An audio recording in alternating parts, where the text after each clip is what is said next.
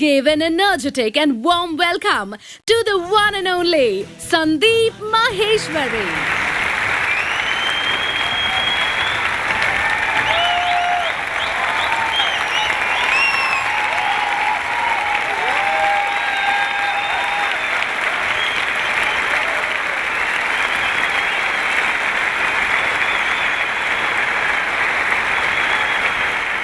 Good morning, everybody!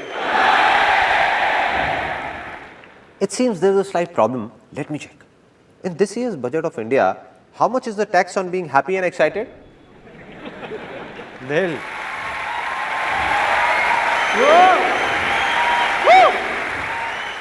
Let's try it once again with full of excitement and a lot of happiness.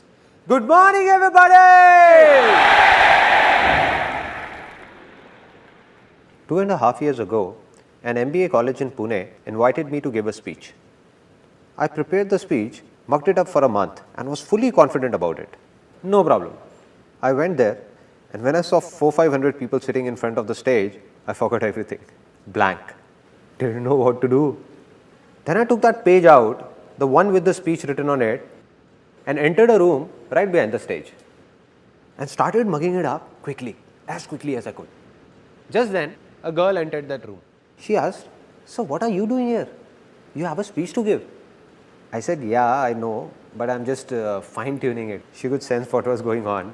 She asked, "So are you nervous?" I said, "Nah, do I look nervous? What are you saying?" She just folded her hands like this and asked, "So you're not nervous? Then what are you doing in the ladies' toilet?"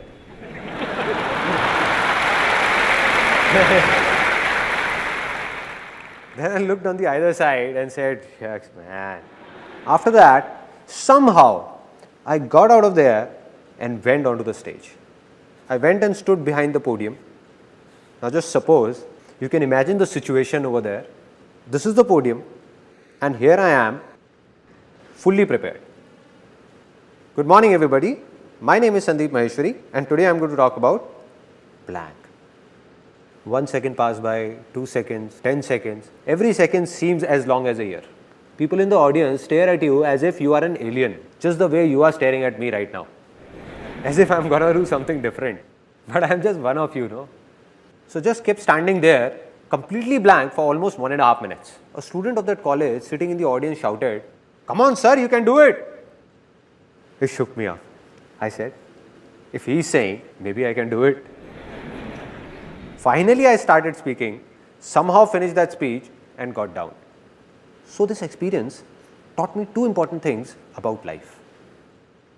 That if I can do it, a guy like me, whom people in the family said was shy, unconfident, I was a complete recluse with no friends in school and lonely.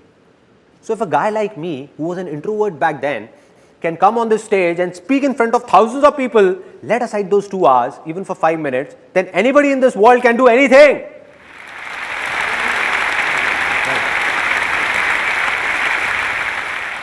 This was the first thing. And the second thing I learned made me swear to myself, never to mug up anything. So everything I'm going to speak today, I have no pages in my pocket. No mugged up matter. No preparations. I have no clue what I'm going to speak about. I'm not going to do this seminar from here, but from here, from my heart.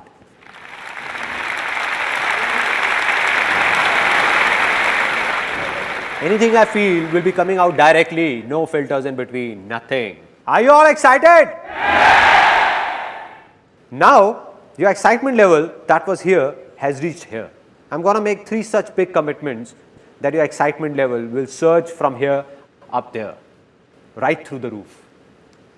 Okay, the first commitment, that this day is gonna be one of the biggest days of your life. One of the biggest days. And you won't be able to forget it. Never. And I'm not only saying this, I'm making a commitment in front of thousands of people whom I don't even know. And even if a single person says that this day was not that big or was not that good, then he or she can let me know at the end of this seminar and I'm going to apologize to that person in front of everyone for wasting his or her time. This was the first commitment. Now the second commitment. A lot of you people sitting here would be thinking, Okay, there must be something in it for us, but tell me what's in it for you? Why are you doing all this? What's the catch? Wherever you would have seen the word free written, it has a small asterisk on top of it. Really small, the one nobody notices. And at the bottom, it is mentioned conditions apply. Similarly, there is a small asterisk that you missed. But at the bottom, it is mentioned no conditions apply.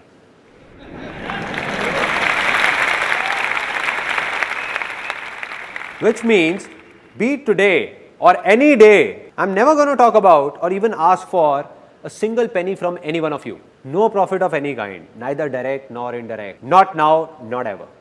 Never. There is no profit, but there is a reason, which you will know as this seminar moves further, that what is it, that what it is. And it's a big one. Final commitment, the third commitment. It's less of a commitment and more of a surprise that today, this seminar, this is the last seminar of my life, the last life-changing seminar.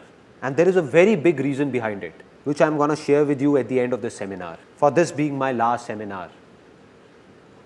Now, after making these big commitments, let me tell you in brief what's going to happen today. How many of you want to be successful? Yes. Now, out of these, how many believe that they are already successful? That's it. What's going on? I can prove right now that all of you are very successful. How many of you know driving? Out of you, how many ride a two-wheeler? So all of you who ride a two-wheeler, like you said, where do you ride this two-wheeler? Delhi. In Delhi. And many of you in different parts of India.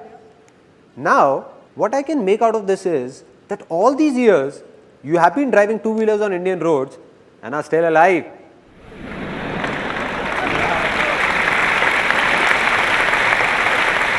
Isn't this a success? Yes, it is.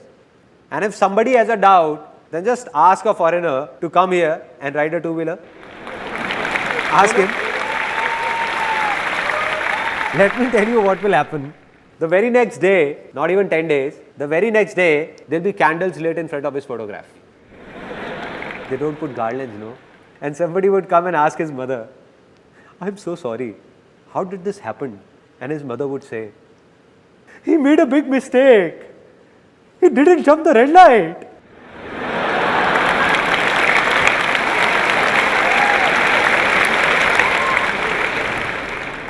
She would say, it's simple. Here nobody stops at the red light. People keep driving till the time the person from the other side whose signal is green doesn't make a gesture like this. Where? Where are you, brother? Where?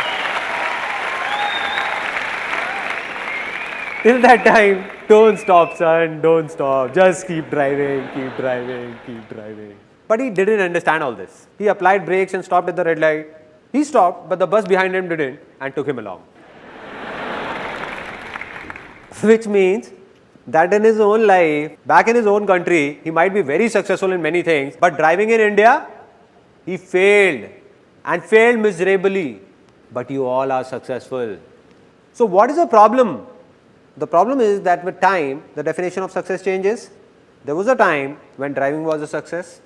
Now after learning how to drive, definition changed. Getting a degree was a success, right? After that, it was to get a good job or do a business. That also happened.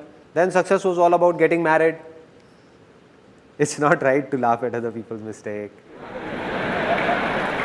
Well, anybody can make a mistake.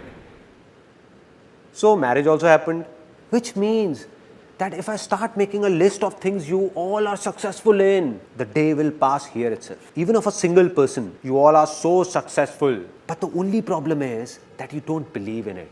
Believe in it and you will realize it.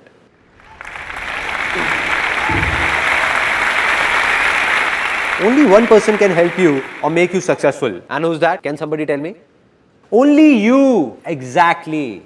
So this is what's going to happen today. All I'm going to do is make you remember that in those 90% things in which you are already successful, what did you do at that time? And once you recall those methods, the remaining 10% things in which you are stuck, all you need to do is simply apply these methods there also, and you will succeed in them as well. That's all. It's that easy. Now, there is a slight problem before we take this seminar forward, which I am not going to tell you, but show you, and you will tell me what the problem really is. Now, this is a box, and I want to put these balls in it. Now, let me give it a try. Oops, sorry. I didn't notice it. So, you know what's the problem?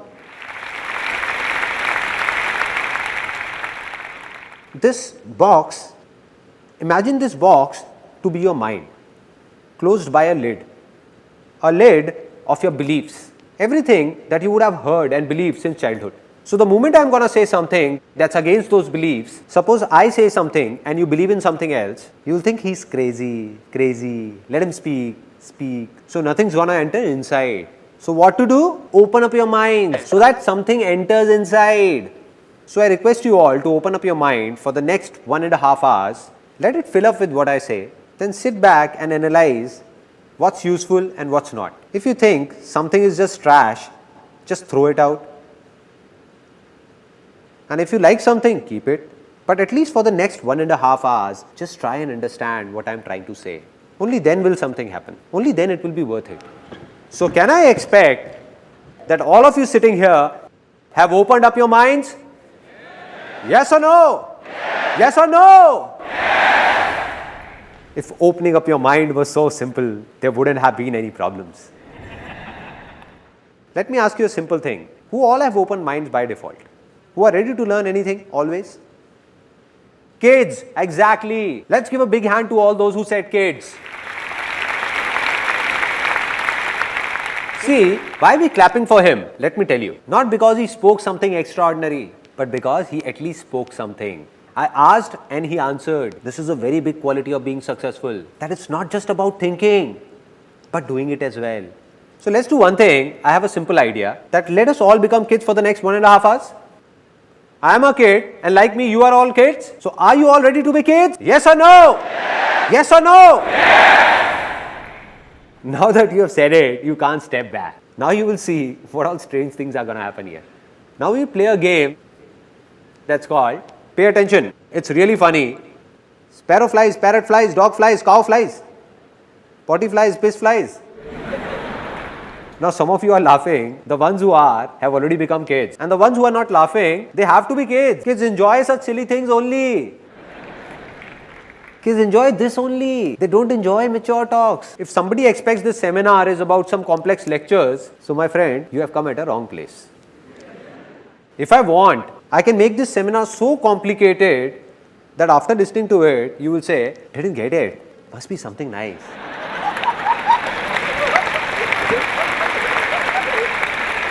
But no, what am I doing? I'm just sharing my life's experiences with you.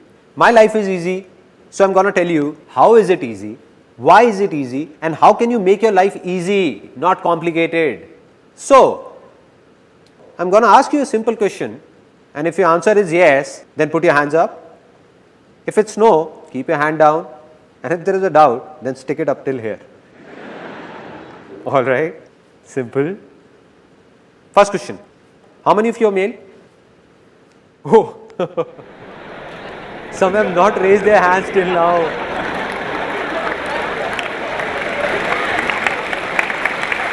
What is this going on? I asked a simple question that how many of you are male? They are not listening to me. They started looking at the person next to them.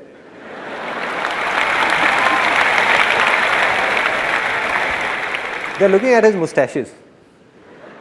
That he also has moustaches. Looks like he is also male. Why is his hand stuck here?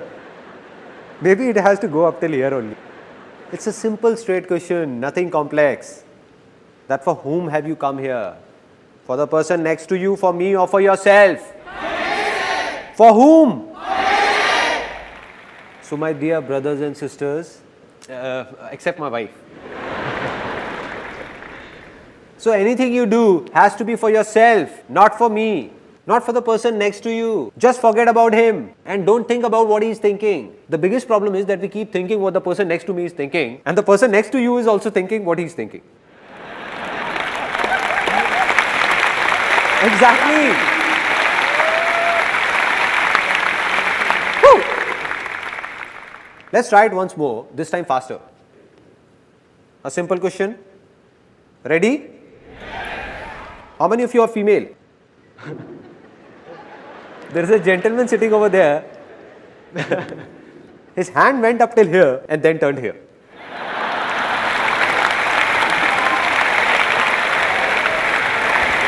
How can I make a mistake? There is no doubt. I am not a female. Have still not become kid, no. Still, there is something inside. Once more, we will do it again fast, real fast. How many are male? Female? Male? Female? Female? Female? Male? Male? Male? Female? Male? Female? Male? Female? Woo!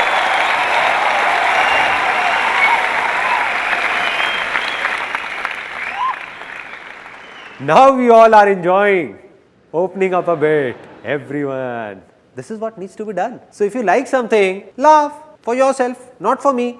The problem is that a lot of people, when at home, while playing with kids, are fine, but outside, don't know what happens in seminars, at public places. And then there are a lot of people who don't even laugh at home.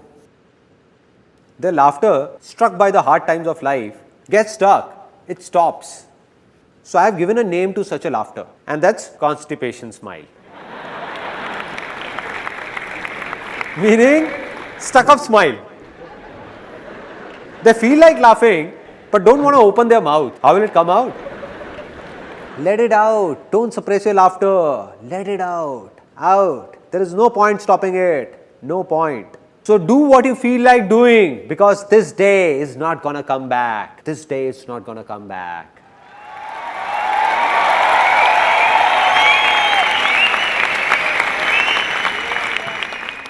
So now I'm going to narrate a story that has a deep impact on my life. Today, whatever I am, this story has played a pivotal role in it. And later, when I'm going to tell you the story of my life, that who am I, where have I come from, what I did, what all problems I faced, then you will come to know that this story had a big role to play in it. A story of King Akbar and his minister Birbal. Once King Akbar, some people are already laughing. As I said, don't laugh unnecessarily. So King Akbar and Birbal's story. Once upon a time, Akbar and Birbal were going for hunting, and Akbar slit his thumb while pulling out his sword. He cried out in pain, starts screaming, "Soldiers, go and get the first aid. I slit my thumb. It's bleeding. Hurry up. See what has happened." Birbal comes in with a smile and says, "Relax, my lord. Whatever happens, happens for the best." Akbar says, "Birbal, have you lost it? What are you saying? I thought you loved me." "Soldiers, do one thing. Leave the first aid. Take this crook Birbal, hang him upside down for the entire night, lash him up with hunters and hang him by the neck in the morning." So Birbal is taken away, and Akbar goes for hunting alone. Now he goes to hunt and is caught by a few tribal men. They hang him upside down. Now there is this tribal dance going on. Hoo ha, hoo ha, hoo. Come on guys, you don't expect me to dance. Suddenly a tribal man looks at Akbar's injured thumb and shouts, "He is impure. We can't sacrifice him to the gods. Free this impure being. He is impure." So Akbar is freed. Now Akbar is crying. It's morning. He thinks Birbal would have been hanged by now.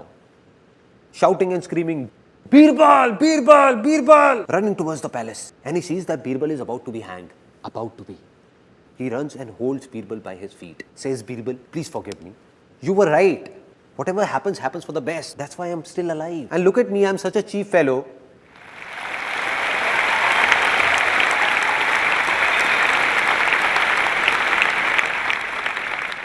And look at me, I'm such a cheap fellow. What have I done to you?" But Birbal, all thrashed up, still insists, "No, my lord, whatever happens, happens for the best." Then Akbar, it's not over yet. Then Akbar is shocked. He says, "Birbal, are you nuts? What are you saying? What could be good in it for you?" He says that if I would have gone ahead with you, they would have sacrificed me instead.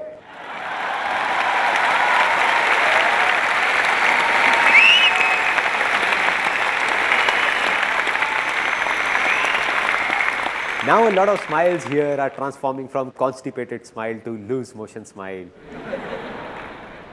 Flowing, let it flow, let it out, let it go wherever it want to. So what's the moral of this story?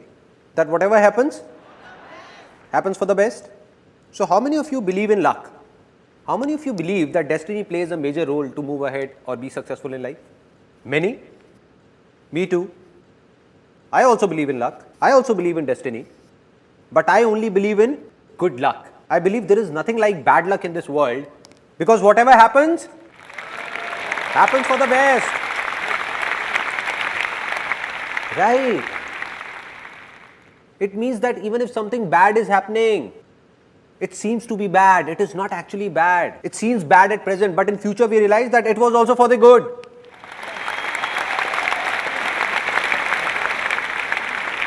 So are you all ready finally to see something, to listen to something that could be beyond your thoughts? Yes or no? Yes. Now see what could possibly be beyond your thoughts.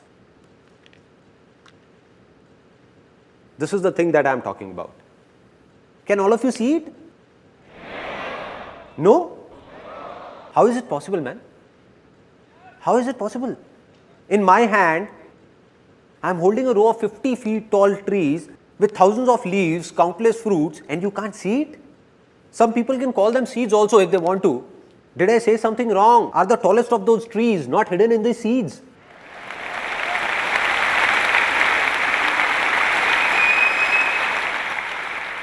Hidden inside but not visible. And this seed will become a tree if it gets water. If I put these seeds in water, will they all become trees? Land, and that too fertile land. If I take 1,000 of these and sow them in a barren land, nothing will happen. But sowed in a fertile land, all these seeds are trees. Simple. Just like this. Similarly, all of you who are sitting over here, I have already told you that you all are already successful in a lot of things, and of a remaining few things that you want to be successful in. The seeds are inside you. That tree of success is hiding within you only. All it needs is a fertile land. Exactly. Now will somebody tell me what that fertile land is? Anybody? Environment? Thoughts? A lot of people over here are saying a lot of different things, but most of you, as I can hear, are saying thinking. It's not thinking. It's not positive thinking. We keep talking about positive thinking. If we have positive thinking, we will be successful. In a single day, in everyone's mind, it has been proven scientifically, more than 60,000 thoughts emerge. So anybody, no matter how big, how powerful, or how evolved, he cannot control his thoughts even if he wants to. So it doesn't make a difference what you think. It doesn't make a difference what you speak or listen to. All that matters is what you believe, because what you believe, sooner or later you become.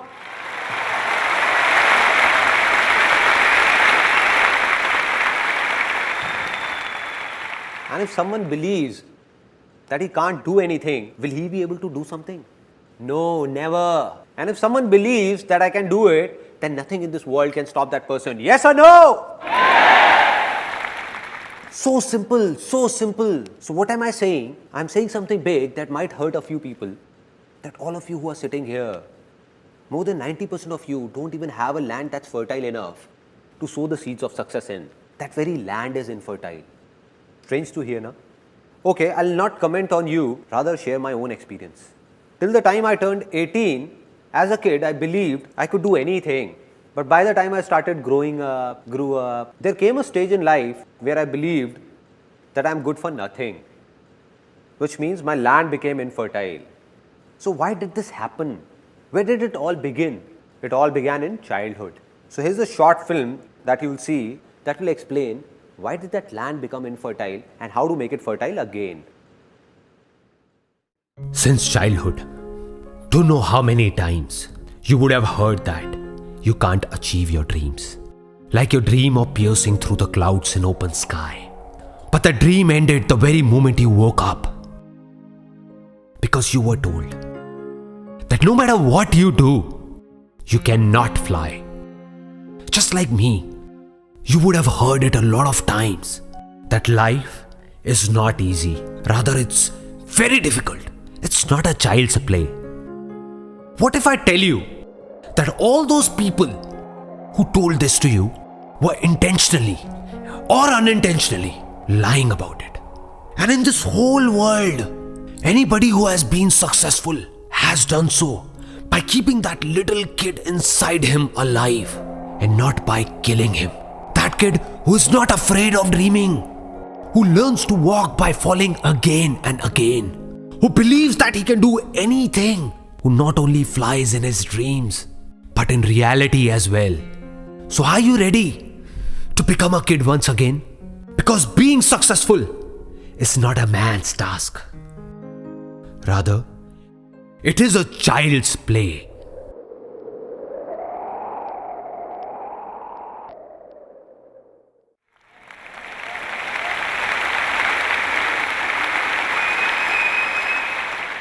Isn't this film a bit strange?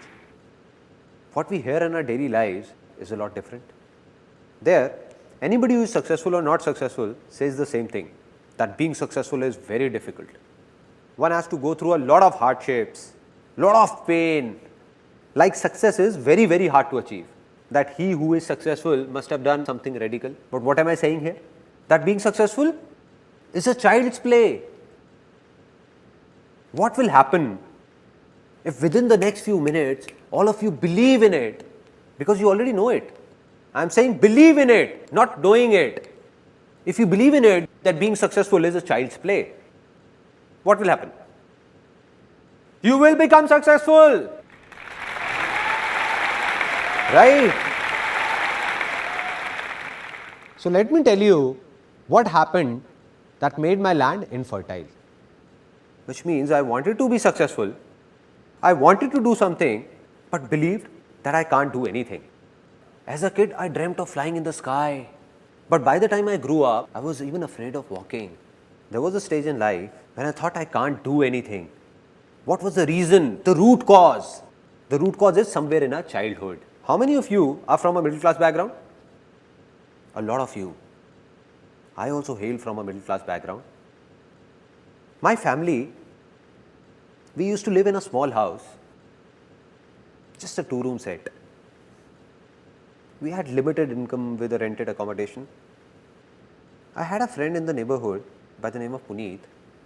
They were well off and his dad got him a brand new red bicycle, imported cycle. Earlier when we used to go to the park, we used to race and I always won. But now, since he was on his cycle and I was on foot, I used to lose. So one day I went back home after losing again and demanded the same cycle from my father at any cost. That too the very next day. I don't know anything. My dad said, it's not like this. It's your birthday after 6 months. I'll get you the cycle then. But I was unmoved. The next day, tired, when my dad returned from office, my mother went up to him and said that Sandeep has not eaten since morning. And he's really angry, adamant about the cycle. Why don't you get him one? She vented out on dad. And my dad was furious to hear all this. He said that I'm no Tata Birla who would fulfill all his demands. I can't get him a cycle. Do whatever you want to do and leave me alone. Dad was really angry and I was standing outside. And after such a heated conversation, I preferred to stay out of the room. The next day, I walked up to my mom and said, I would be around 5 or 6.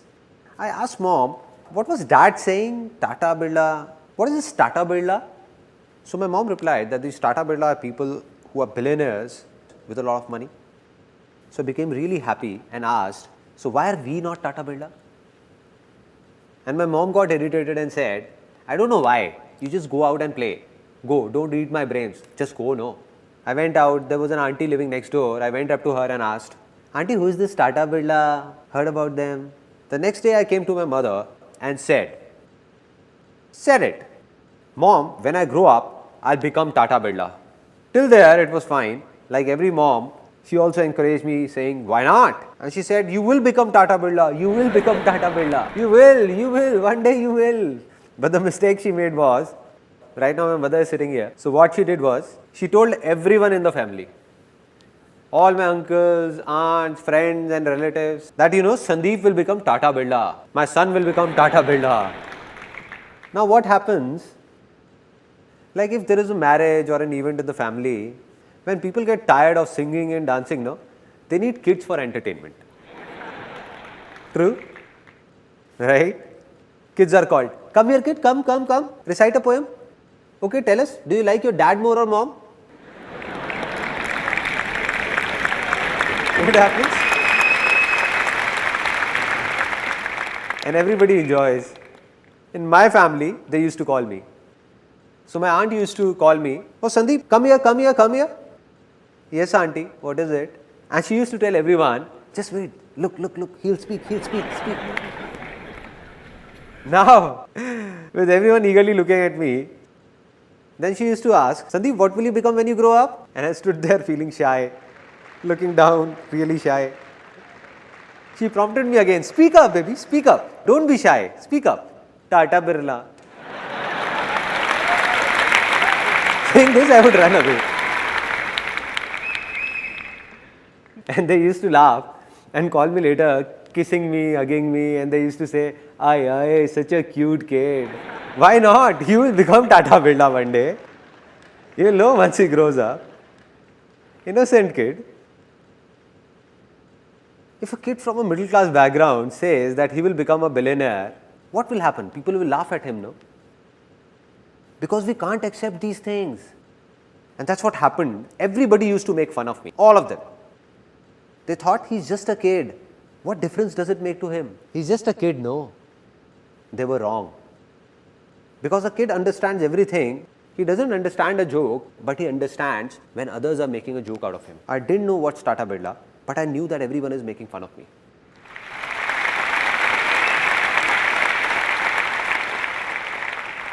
And who are these people? The same people who are my family, the ones I trust, who are dear to me. So I thought that if all of them are saying, then maybe they are right. How would I know? I'm just a kid. And by the time I grew up, there were many such incidents and talks. So by the time I turned 18, all I desired was a salary of 10 to 15,000 rupees. That's it. I still remember when I was 18 or 19, I went to someone for a suggestion. Every family has a person or two whose advice everyone seeks, right? Isn't it? Some of you are laughing. It seems they got the same advice as I did. So I went fully prepared, thinking that I'm going to this influential person, and if I goof up anywhere, then my family is not going to support me. So I went fully prepared for it. Fully prepared, thinking what he might ask. He asked me 10 things, saying, what if this happens? What if this? What if this? What if this? Since I was fully prepared, I said that if this then this, if this then this, if this then this. When I answered all his questions, he said that, listen kid, all this you're saying is very impractical and it can't be done. And I asked, why can't it be done? Can you please explain why can't it be done?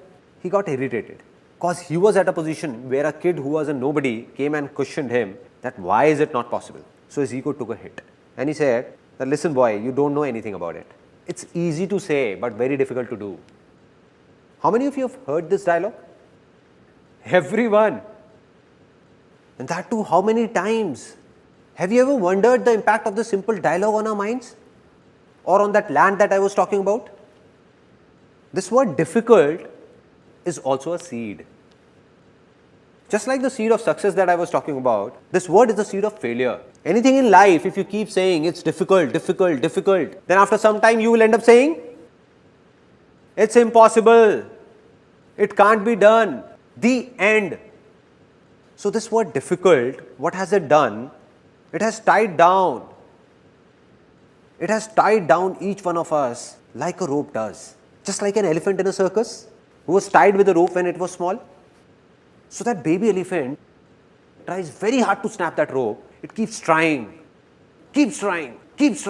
but can't break free. It doesn't have the power to do so, can't snap it. So it believes that it's really difficult for me to do it, impossible. And now, when that elephant has grown big, if it wishes, then not only one rope, it has the power to snap 1,000 such ropes. But it has stopped trying. Stop trying.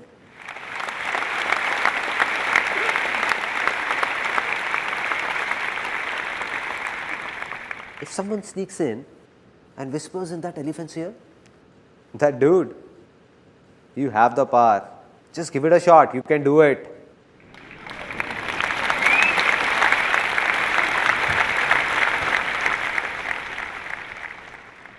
So how long will that elephant take to snap that rope? 1 year, 2 years, 10 years? 1 second. Not even 1 second. This is what happens. All those beliefs which are based on a lie take years to be formed, but snap in a second. Second.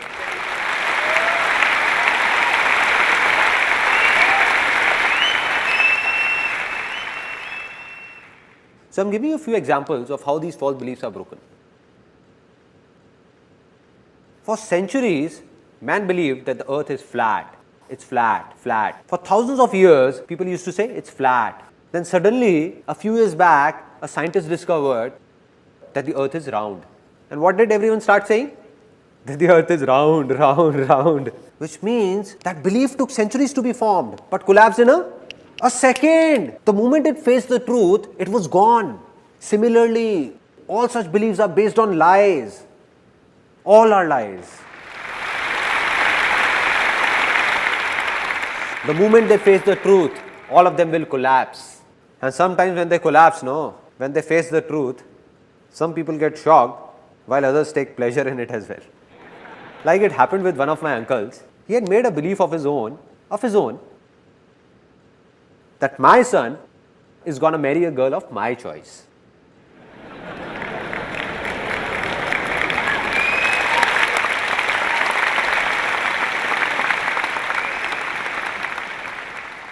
The sons are clapping, but fathers, anyhow. Now what happened? It was his own belief, but it's not true. This is not truth. So what's the truth? What's the difference between truth and lie? The truth is that fire is going to burn you. No matter whether you are an Indian, American, Australian or whoever, fire will burn you, and that's true. But every son will marry a girl of his father's choice is not true. Not true. Not at all true. He just formed it. So what happened? He made a complete plan that as my son grows, I'll do this, this and this to find a suitable girl. And there was another thing in it that I'll make him do MBA from London. And once he does MBA from London, it will look nice on his biodata for marriage that the guy has done MBA from London. So that guy was sent to London to do MBA. And when he came back to India, he got married, and that too to a guy.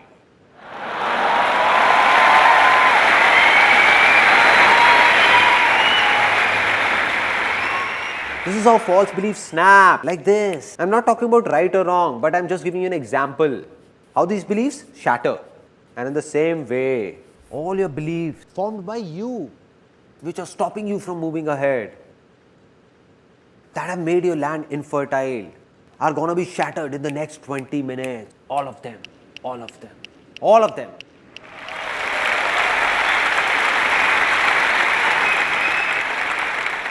Because you are going to witness the truth. That rope is about to snap in a few minutes. So are you all ready to make your land fertile? Yes or no? Yes.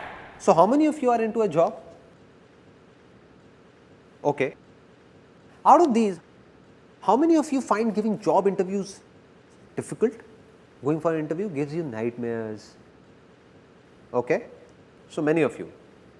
And how many of you find job interviews easy? Again, so many of you. It seems there is some confusion. How many of you find dancing difficult? Really difficult. How many find it easy? Out of you all, with your hands raised, how many of you can come on the stage and dance with me right now? How many? Oh, so many. Now, why did I ask this? Just to show you a contrast. For some of you, dancing is difficult even when alone. And for some, it's easy to dance even in front of thousands of people. It's easy. What a contrast. What a contrast. Similarly, how many of you find doing business difficult? Business as a name sounds difficult. Difficult? How many find it easy? Easy, huh? Now, there is an interesting saying in India that I can't relate to. That in today's time, doing business is very difficult. Now I don't understand that when did this today's time start and when will it end?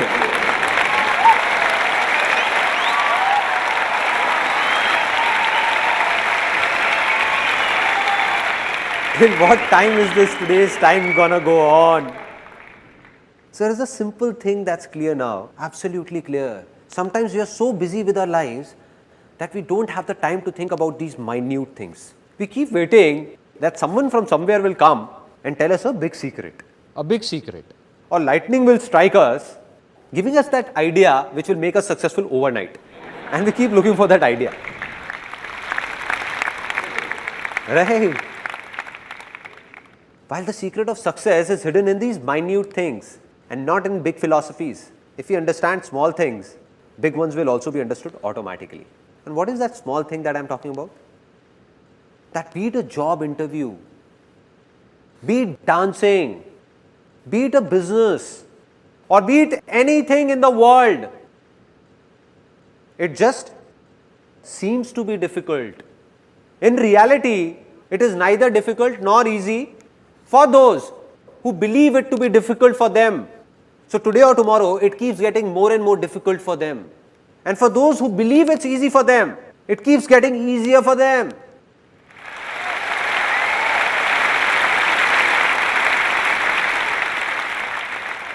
So there are a few things that seem easy to you.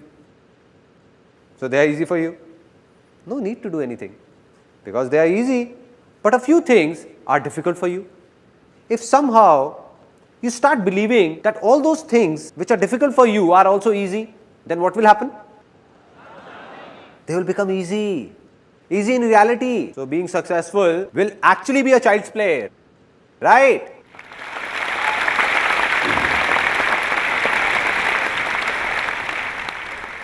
Now, let's get down to the basics, the roots, and see what is really happening down there. That all these beliefs, from where are these being formed? All these false beliefs, how were they formed? Till the time we understand this, how will we break them? Now, out of you, how many of you have heard, see no evil, say no evil, hear no evil? Everyone.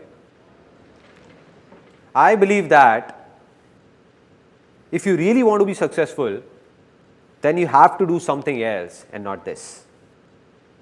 With due respect to Gandhiji, I don't agree with him.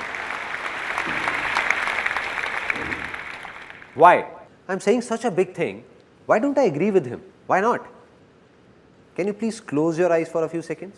All of you? Eyes just above your nose? All right. Now do as I say. Do as I say. Don't think about your mother. Please don't think about your mom. You dare think about your mother. And your mother's photograph should not flash in front of your eyes.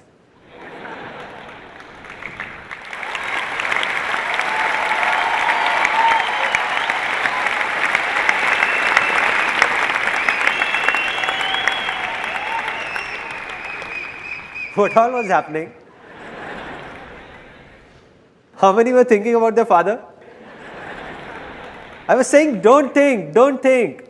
But even then you were thinking just about her. See, here is an interesting fact that how does a mind work? See, our mind cannot think in words. It can only think in images. It can only think in pictures. For example, I am saying terrorist. Whose image comes in your mind? Kasab. Osama bin Laden. Nobody is saying wife, right? Don't you dare.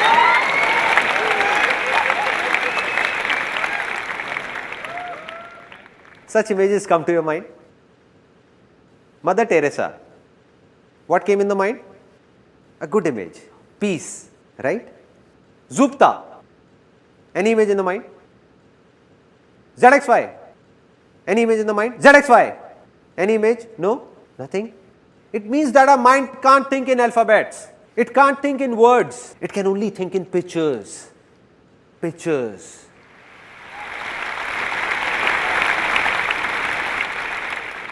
So, nothing can be changed by just speaking about it, whether it's easy or difficult. Anything we want to do has a good image in our mind, we find it easy. And if it's bad, we find it difficult.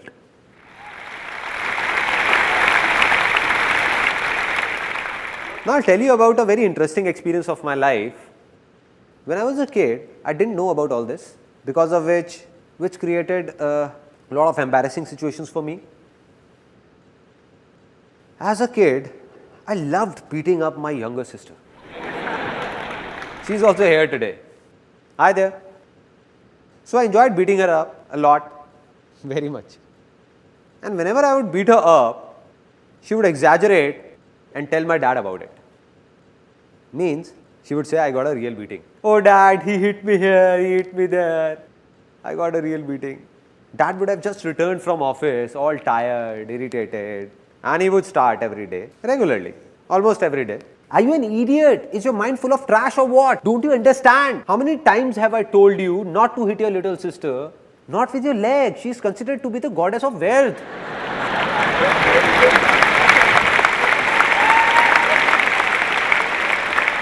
But I never got it.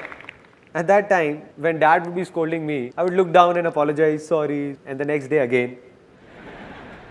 So there wasn't a problem till the time dad was scolding me. Problem began when mom entered the scene. Mom came and she used to pamper me a lot. She used to get scared looking at my dad's high temper.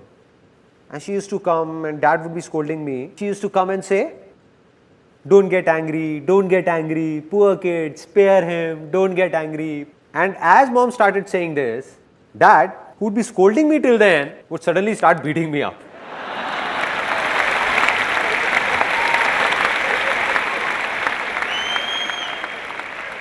I used to think, Mom, why did you have to be here? Why did you have to be here?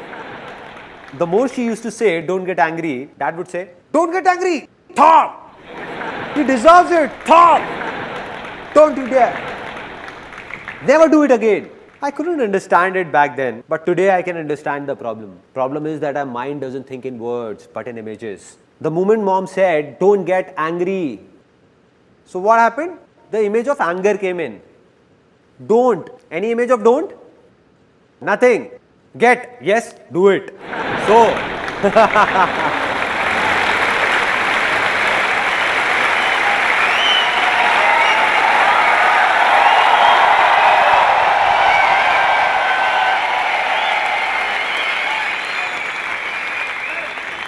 she came in to save me, but got me beaten up instead. Similarly, if we see two guys fighting, involved in a heated conversation, you don't know me, man, you don't know me. You don't know me, man, you don't know me.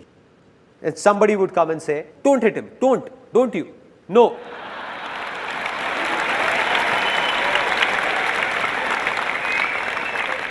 Not this brick, no. He picks up the brick and bang, bang, bang. So, I say, see no evil, say no evil, hear no evil. If this is not to be done, then what else needs to be done? Very simple. Just say, see good, say good, and hear good. Right?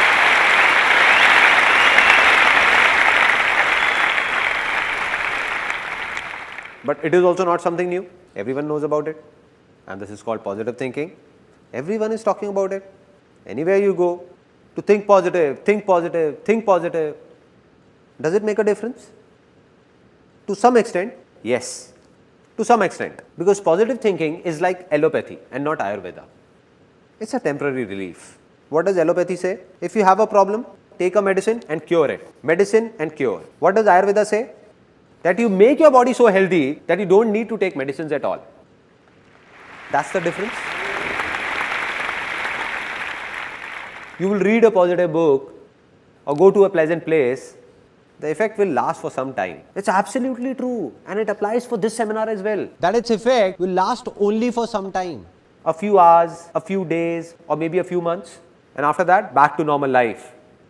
Back. And what's the reason? I've already told you that anybody, no matter how evolved, he can't control his thoughts because in a single day, more than 60,000 thoughts cross by. And if you seriously want to do positive thinking practically, see, here is an interesting fact. Then either you have to go to a mountain and leave this world. No newspaper, no television, no talks, nothing at all. Just go there and control your thoughts. This one is positive, nice. This one is negative, oh no. Negative. So, I do believe in positive thinking, but not that much. It has its own role, but a very small one. It can't remove problems from the roots. The second solution is that there are a lot of negative words in the dictionary. Remove them all from your vocabulary. Means you don't have to speak them. Because if you only speak positive words, something good will happen with you. But are these two things practical? Practically doable? Is there someone who says I can control all my thoughts? Anybody? So what needs to be done? What's the solution? It's simple. If I tell you to let those negative words in the dictionary be, don't remove them. Don't control your thoughts as well. Just take one word that is the root cause of all your problems and failures. The root cause. Take that one word and throw it out of your dictionary. Can you do this much? Yes or no? Yes. Okay, for anyone, be it us in India or someone in America or Canada or anyone in any corner of this world, what is the biggest success of life for them? The biggest. Name, fame, money, happiness, health. Absolutely. Let's give a big hand for him.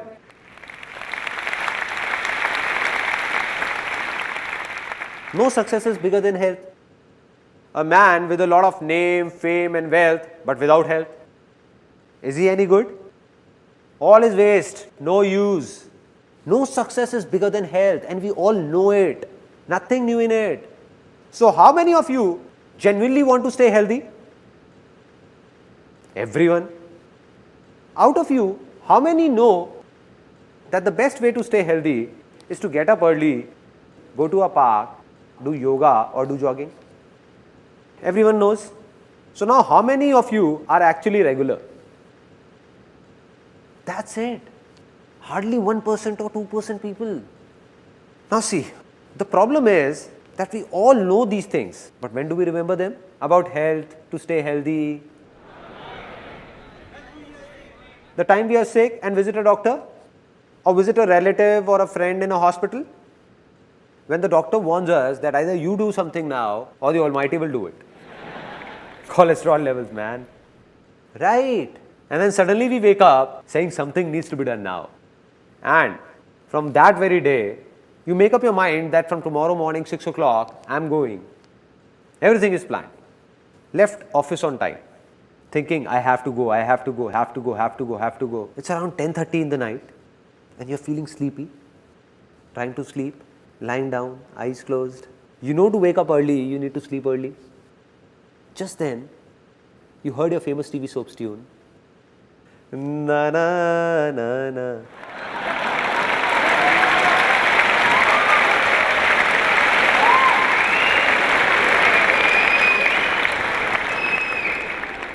The mind got lured towards it.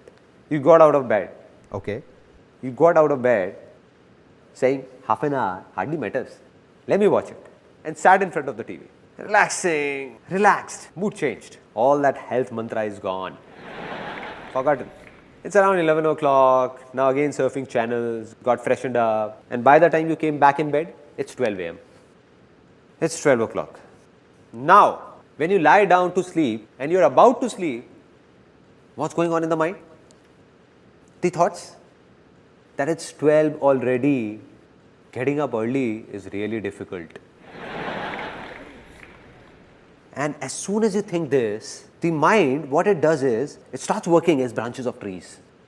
You give it a signal, it will make 4 branches come out, then 8, then 16, then 50. It means that the moment you signaled that getting up early is difficult, the mind will bring forth 1,000 reasons as to why is it difficult. 1,000 reasons, which will not be true, self-made by you only, created by your own self. Like, for example, the mind will be saying that, dude, I have tried it earlier as well. Nothing has changed. Nothing is going to happen now as well. So, no use.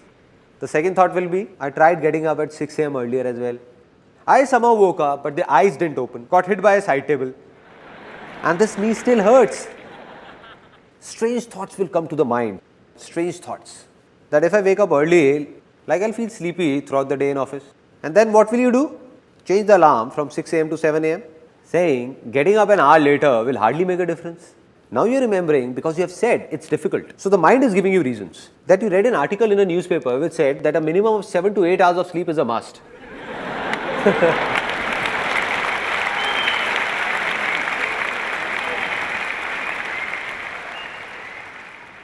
Apart from this, some people's reasons are even stranger.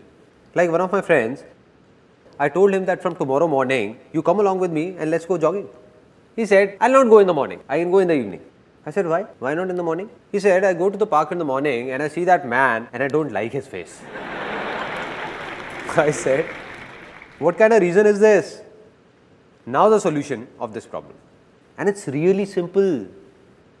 That very moment when this thought comes to you, when you're just lying down, all you need to say is that no matter how late I sleep in the night, getting up early is easy for me. It's easy.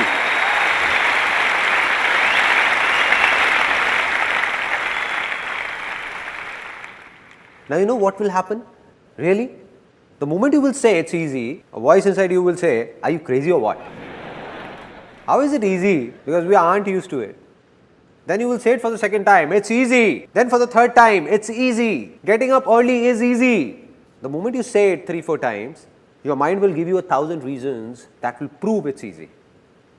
It will go in the opposite direction.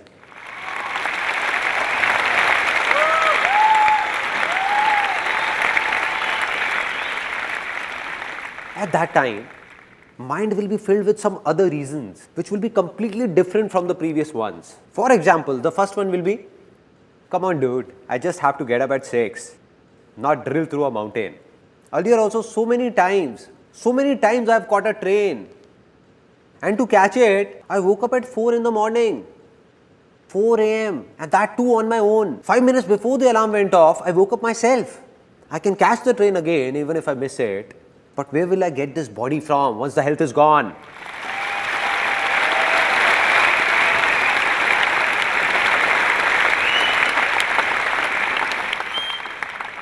Can you make out the difference? The difference between positive thinking and this? In positive thinking, someone from outside is trying to make you positive and the negative thoughts inside you are stopping him. The moment you say it's easy, you're yourself trying to be positive. Nobody from outside is doing it. Rather, your own mind is doing it. Now, this is what came to your mind. And apart from this, the second thing that came was that earlier you were thinking that you will feel sleepy in the office. There is nothing wrong in it. But just see how the perspective changes. Your mind will think, so what? Even if I feel sleepy, I'll have 3-4 coffees extra and then I'll get used to it. Finally, the biggest of problems, the one that my friend had. Maybe you also relate to it. The one my friend had, that if I go to the park in the morning and I'll have to see that man's face. So now when you will say it's easy, you will not see the neighbor's face, but his beautiful wife's.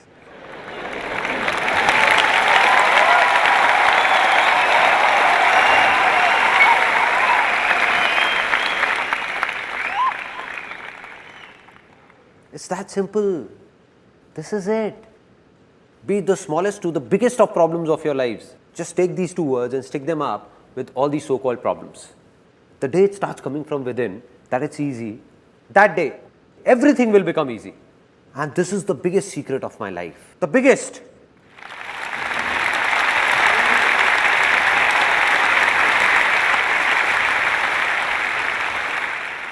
There was a stage in my life when I thought that I'm good for nothing. I can't do anything.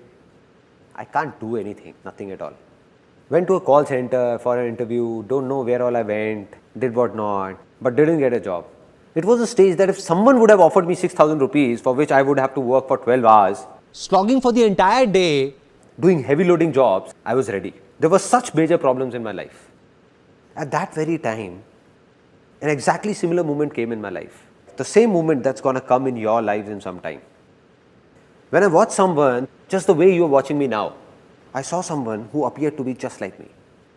Exactly like me. 2 eyes, 1 nose, 2 ears. I said he looks just like me. And when I heard him speak, a voice came from inside me.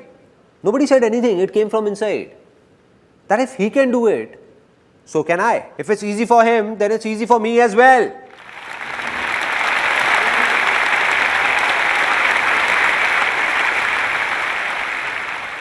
Finally, the moment has come to decide. Because I believe that if nothing has changed, then nothing will change.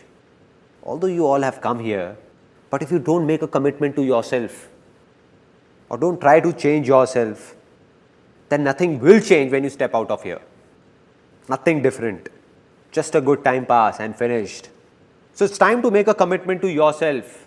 Take a decision to change yourself. You have two options. First, there are a kind of people in this world who themselves keep making the smallest of their problems, their troubles, bigger and bigger, and keep complaining. There are a lot of such people, and there is nothing wrong in this. All we need to do is understand that if we are like these people, only then will we be able to change ourselves. But if we don't accept it and say, no, I'm not like this, then you will be like this only, like you have always been. Second option, this was the first option. Second option is those people, and there are millions of people like this, who themselves make the biggest of troubles of their lives really easy, thinking of them as nothing and always be happy.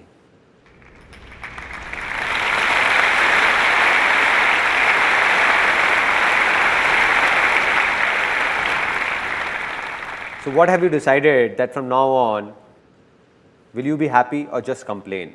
Be happy. Now, the moment I was talking about has arrived. I'm going to ask you a question from the bottom of my heart, and the ones whose inner voice comes out, for them, the land has become fertile. Fertile. Anything that was past has passed. Let it pass. But today, do you believe you can change your future? Yes or no?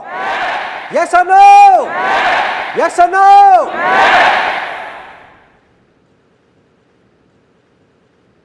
Let's celebrate. This is a very big moment.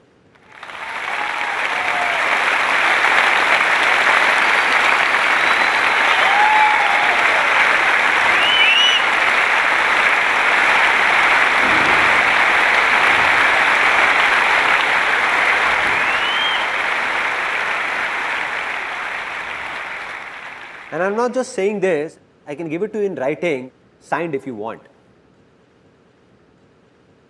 That life will not change for the ones who said yes or decided from the bottom of their heart yes. For them, life has changed, already changed, already changed.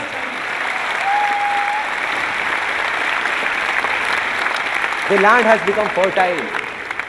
Done. There are people in this world whose problems could be 100 times bigger than yours, but then also their success is also 100 times bigger than yours, which means that problems and success don't have a direct connection. It's all about what you believe in, something we have just realized.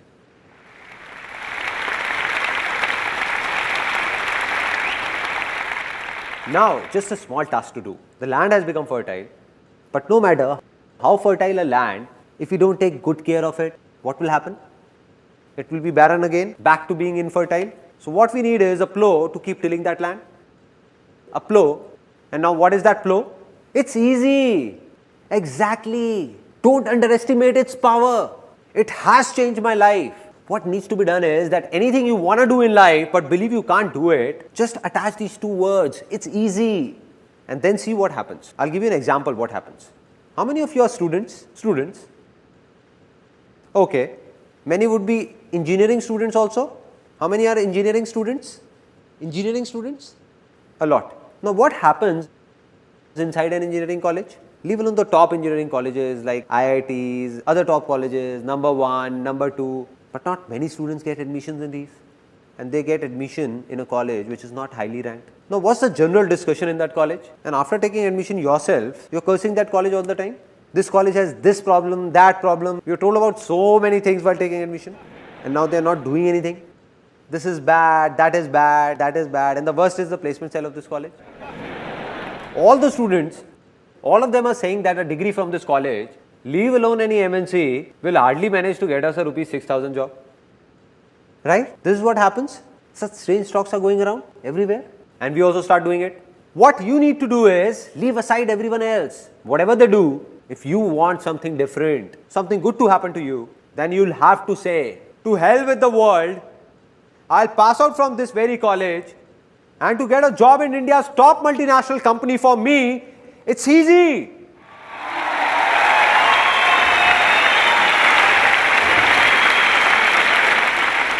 Right? Let those 99% people say it's difficult. Let them do a 6,000 rupee job. Let them fight over it. I'll get into a top company. Now what will happen when you say this? From outside, you will say it's easy, but the inner voice will say it's difficult. Again from outside, you will say it's easy, but the inner voice will repel, saying it's difficult, difficult. The day your inner voice says it's easy, inner voice from here, that yes, it's easy for me to get a job in that company, within some time, I can guarantee this, you will be sitting in that company.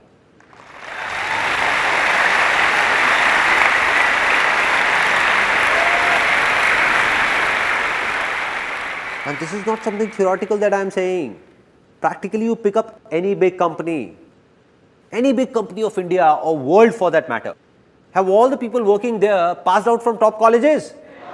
No! More than 80% of them have passed out from colleges ranked lesser than your college or similar to your college. So my dear friend, if 80% people can do it, then why can't you do it? Right? When you say it's easy, then you will see millions of people who have passed out from even lesser grade colleges and have opened up massive companies in their own names. Right? Right? Now, till here it's clear, our land is fertile, we have got a plow, but if we keep sitting and just say, it's easy, easy, will something happen? Nothing will happen. Means something needs to be done. It's time to do something, to decide what needs to be done. Without this, nothing will happen. Now, this is where a lot of people get stuck. Some say, there are a lot of options, what do I do? They say there is a confusion, what to do, what not to do. Many of you. And then there are those who say, we don't know what to do. We don't have an option, zero option. Right? Two kind of people. And now, to decide what to do and what not to do, saying it is easy, but doing it is? Some of you said it's difficult. It's easy, right? See, there are only two options. Only two options. Very simple. First, to listen to your outer voice. And what is this outer voice? What others say. What others do. What did he do that made him successful? What is he doing? Or asking for advice from someone. Like what should I do? Or what career to pursue? Once a guy came to me and said, please tell me an interesting business to start. I said, these days, space tourism has great scope. I said it very seriously. He asked, what is it all about? I said, nothing, you just buy a rocket, take people in space and take them to moon. He said, why are you joking, man? I said, who started it first?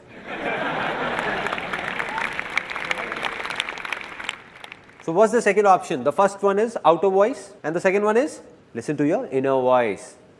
Inner voice, whether you call it your soul's calling, your desire or call it anything, but listen to your inner voice. And the day you listen to it, no, that's it. You don't need anything. A simple example, real life incident of every house. There is a kid who has just one passion, to open up and reassemble his toy cars. Open up and reassemble, open up and reassemble. That's it. And that's all he enjoys, nothing else. Now gradually as he grows up, now he's fond of computers. He keeps opening and reassembling them. TV, electronics. Now he turns 18 and it's time to take a call. What to do and what not to do. Now his inner voice says, go for engineering. Engineering. But everyone around said, that son, don't go for engineering, there is no scope in it. And he was told that, listen son, you go for chartered accountancy, CA. But why CA? An interesting point. It's a very interesting point. Nobody analyzed what that kid wanted. What was his talent or interest? No. CA because someone in the family did CA 15 years ago and today he is making good money. So what will happen now? This is not his inner voice. The problem is not that everyone said. The problem is that he also got scared. He said, let me do what everyone is saying. No, why take a risk? Why take a risk? If something goes wrong, then who will take the blame? Right? So he opted for CA. Now he is doing CA, but completing it is a big task for him because he has no interest in it. And on the other hand, if he would have done engineering, then today or tomorrow, just the way he was reassembling computers, he would have reassembled an aeroplane as well. Now, we all have understood that we can do anything. We have heard our inner voice. Internally, we know what we want to do. But then also, after having a fertile land and seeds in our hands, if we don't sow these seeds, will something happen? Nothing. If we don't take an action. Worldwide, a lot of researchers have proved that 90% people who failed have one big reason, one common reason, and that is that they don't even try. They don't even try. It means that they have the seeds in their hand and keep on thinking to sow or not to sow, sow or not to sow, sow or not to sow, or wait for the right time to sow. And they keep on thinking. So they don't fail because they did something, but fail because they wanted to, but never did it throughout life. Right?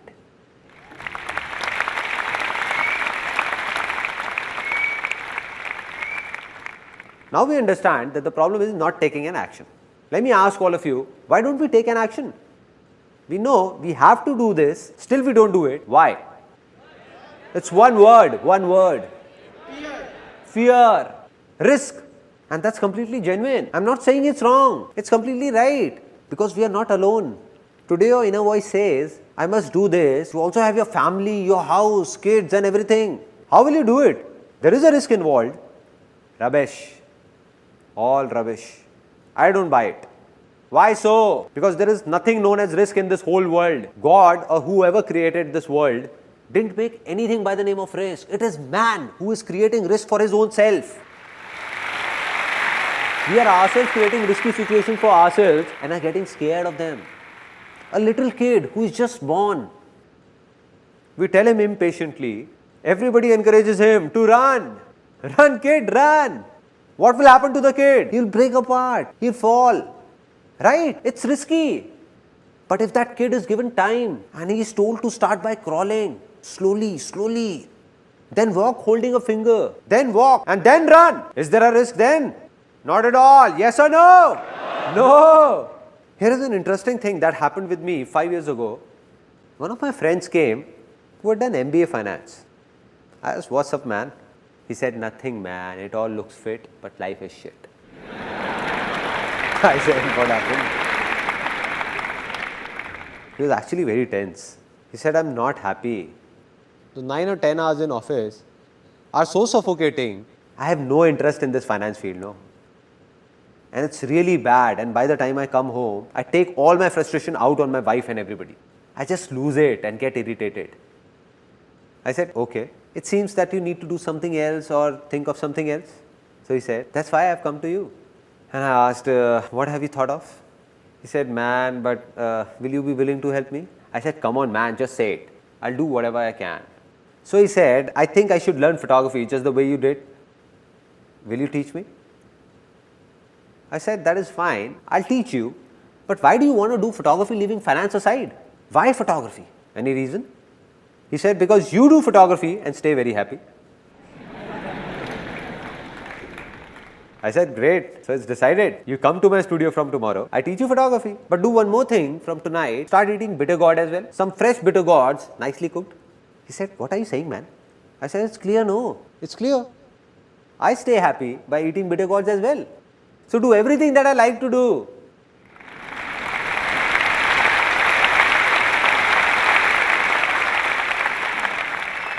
I said, listen man, you were about to make the same mistake you did many years ago. I said, I'll make you see 100,000 photographers, 100,000 who do photography like me and are not happy at all. For them, photography is just work, nothing else. And I said, I'll show you 100,000 people who do what you have been doing from the field of finance and are very happy. Very happy. It means that no work is interesting or boring in itself. It all depends on your interest. What do you like? Anything that is from inside is good for you. And if not, then it's all waste for you. And so he got it somewhat. He said that I don't get it. All this inner voice thing and what all you say. How to listen to my inner voice? There is no inner voice inside me. It's a genuine problem. Now there is no voice, what will you do? I said, look, I'll make it simpler for you that how to listen to your inner voice. Any such work that you can do without getting tired, non-stop, 12 out of 24 hours in a day, without bothering about money, whether earning more or less, and still be happy about it, that is your inner voice.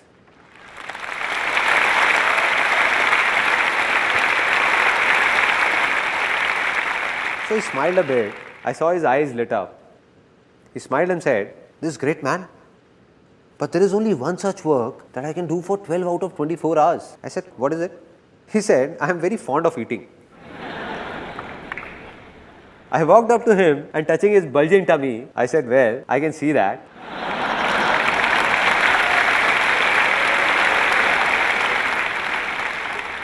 I said, "I would have known it anyway." He said, "Come on, man, I'm serious." I said, "Okay, tell me now." He said, "What I mean to say is that I'm not just fond of eating, but cooking as well. Cooking is something I can do for 24 hours. Everyone at home makes fun of me. Why do you keep roaming like a cook? But I just love cooking." I said, "Cool, so do something related to cooking. What's the problem? Do it."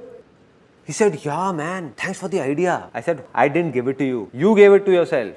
So he said, "Now what I'll do is, you wait and watch. Now I'll open a big restaurant in a big shopping mall." So I asked, "How will you go about it? Buy a space or take it on rent?"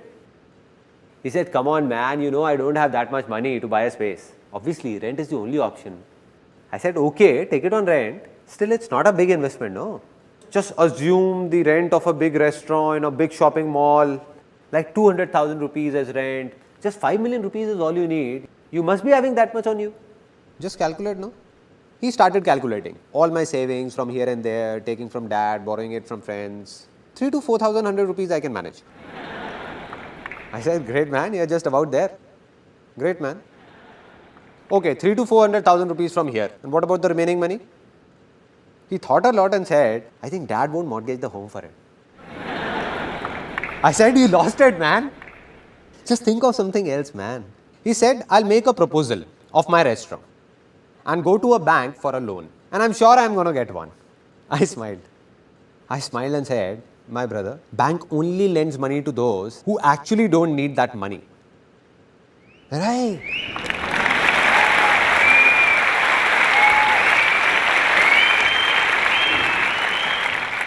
"On what basis will you apply for a loan?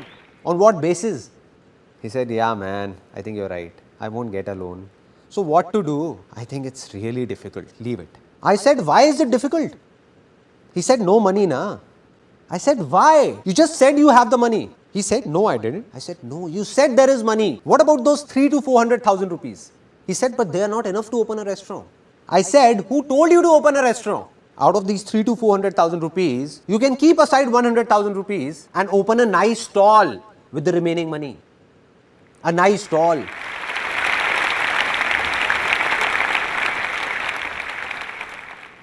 He said, "Come on, man. I'm MBA finance. I won't put up a stall." I said, "Why? What's the problem? Put up a nice stall." He said, "No, man, I can't put up a stall. Try and understand." I said, "I am understanding it, but you are not. Let me explain that why you don't want to put up a stall. You know if you put up a stall, you will be happy. You will enjoy it. You will cook food, serve it, and people will pour in. And today or tomorrow, you will open up a big restaurant as well from that stall. And you know it. But then also you won't do it. You know why? Because you are thinking that what will my father-in-law say that I got my daughter married to an MBA finance and he has put up a roadside stall." Right? I said, "This is the reason, no? That what will he think? What will your family think? What will your wife think? What will everyone think?" Great, keep thinking. He said, "Yeah, man, you are right. But still, I can't put up a stall. Not a stall." Now, this is a big problem. Everyone's falling prey to what will people say. What about it? The biggest problem. The biggest. I asked, "Do you remember what happened when I started photography?" At that time, the whole world laughed on me. The whole world. Including my family, my relatives, even my friends. Wherever I went, people used to say, "Look at him, man. Hey man, take 10 rupees and click my photograph. There was a stage when you would remember what you said to me, that I have already booked photographers for my marriage. But you can also come and click a few photographs. If at that time I would have thought that what will you think or others like you would think, then I would not have been here today.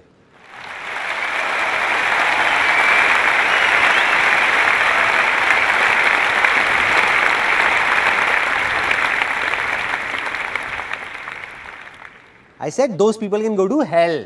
Whatever everybody thought of me, I didn't care. That's why I've reached here. And it's not me alone. There have been a lot of people in the world who did the same thing as I did. They followed their heart. That means they listened to their inner voice and took small steps. Small steps. Didn't take a big leap. But we all try to start with a big jump.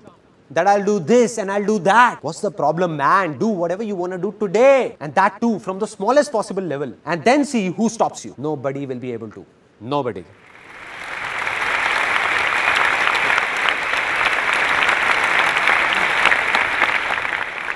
What we want is that here is a seed in our hand and somehow it should grow into a tree overnight. A fully grown tree within a year. That's it. Is it possible? No. So what's the right way? To sow the seed. Take small steps in the beginning. Never try to force it out. Take small steps. That is, neither to run nor to stop. Just keep walking. Keep walking.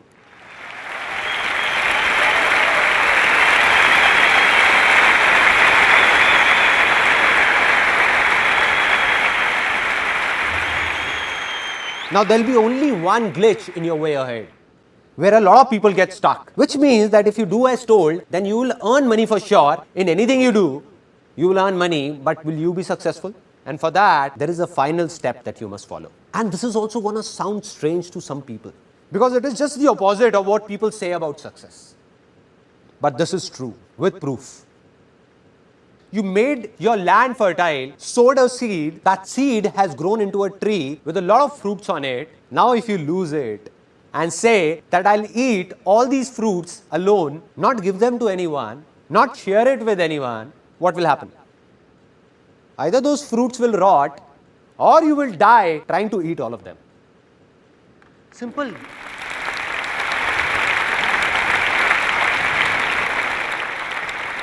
Now here's a story that has a deep impact on my life.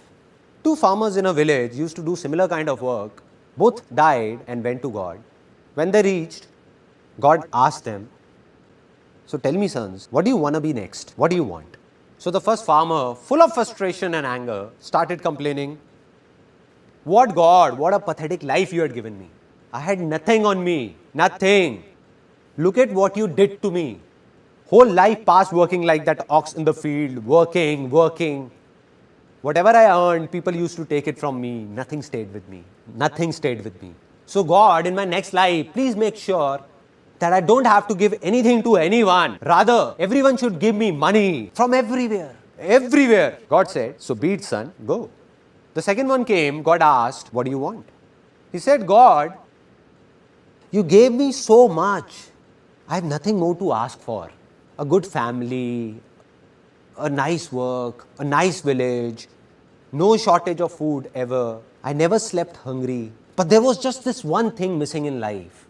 At times, a few hungry people used to come to my door asking for something.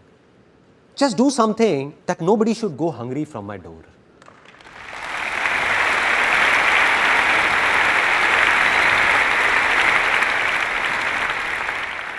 God said, so be it, son. Go, son. Both of them were reborn in the same village. Both of them grew up. The first man who said that everyone should give me, and I don't have to give anything to anyone. So this man became the biggest beggar. I'll not give it to anyone. Everyone should just give me. And the second man who said he didn't want anything but just to feed the hungry, he became the richest man of that village. The richest.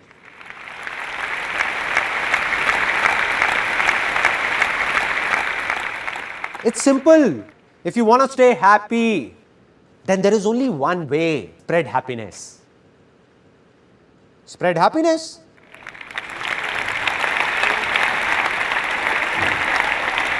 It's so easy, no? There is no other way.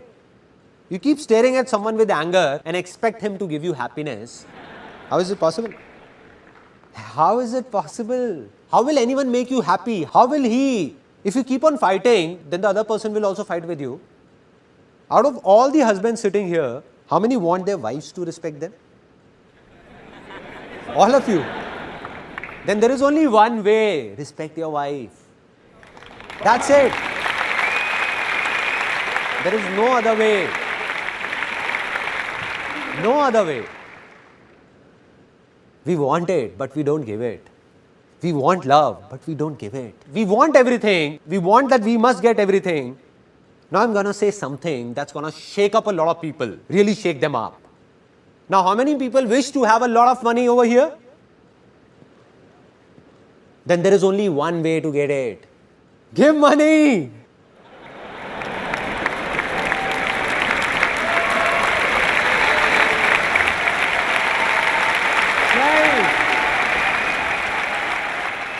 Some of you are not clapping, looking at me very seriously, thinking that I'm going to come up with a box. 10 rupees, 10 rupees, 10 rupees, 10 rupees, 10 rupees, 10 rupees, 10 rupees, 10 rupees. Giving money. How can someone give money? There are strange things that we believe about money. And that too rooted deep in us. No father, no brother, only money together. Right? And some people actually think it's true. They're fighting with their parents, with their brothers and sisters, only for money. For money. I'm not saying that money is not important. That would be impractical to say. It is very important. Very important.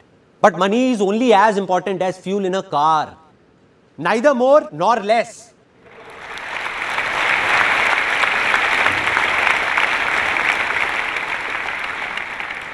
Without money, the car of your life won't go on. This is true. But how many of you drive your real car or bike just for fuel? Just to collect fuel? Take the car to the pump, buy fuel, keep it inside. Take it in the car, take it in the car, from here in the car. How many? Anybody? So what happens when it comes to money? Why are we stuck there?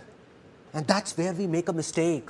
Why? Because a lot of people in the world are doing it. So we think maybe this is right. When everyone is doing it, then it must be right. We know this is not right. Filling every corner with fuel, fuel, fuel, fuel. So much fuel that there is no place for anyone to sit in the car. No place to even breathe. One day a slight spark will burn everything up and we'll perish in that fire.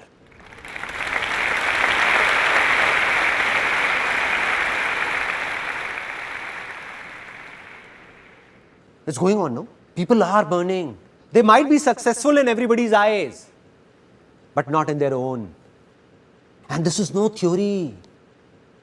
If on one side we have somebody for whom money is everything, who is very selfish and he has a lot of money, a lot, but he has only money, nothing else. No happiness, nothing at all. Neither does he give happiness nor gets happiness. And on the other side is someone who might not have that much money, but he believes in just one thing, spreading happiness in this world. So man like him who is spreading happiness in this world, even if he has less money, he is 1,000 times more successful than all those millionaires. 1,000 times. This is called real success. And on the other hand, make those people come and stand here who might have a lot of money, but don't have the courage to give, courage to share, to be happy, to give happiness and smiles.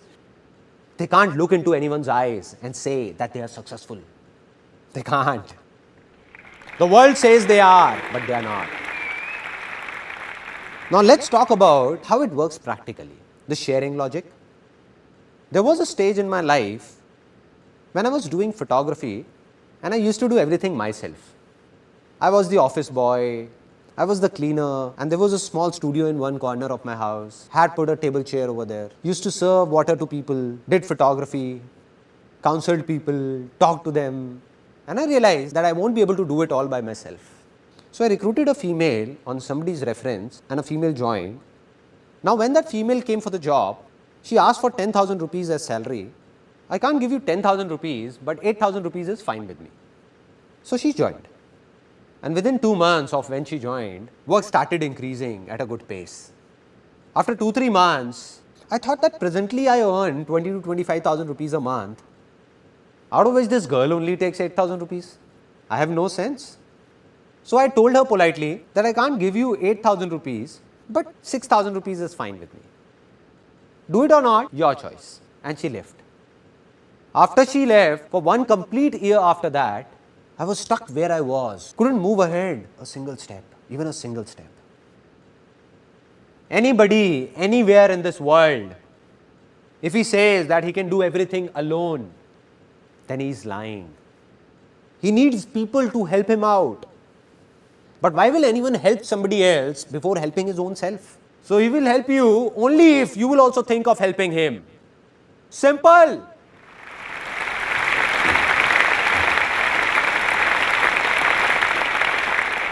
Let me ask you a very simple question. If there are 2 companies, so out of those 2 companies, the first company, while taking your interview, makes false promises by saying that we will give you this, don't worry, all will be good. But when you go and join, it's completely opposite. Like there was nothing about paying extra for overtime. No, this won't happen. That won't happen. This won't happen. You have to do this. You have to do that. If you want to do it, fine, or leave the job. Making you work for 12 hours, 10 hours for an 8-hour job and not even paying overtime. There are such companies. On the other side, there is a second company that does exactly what it promises. An 8-hour job means an 8-hour job. Work extra and overtime is paid. Everything said will be done. Apart from this, it also thinks about you. So which company will you join, first or second? Second. Now should I tell you something, honestly? That all of you who said they will join the second company, those very people, if decide to open up their own company, they will end up being like that first company.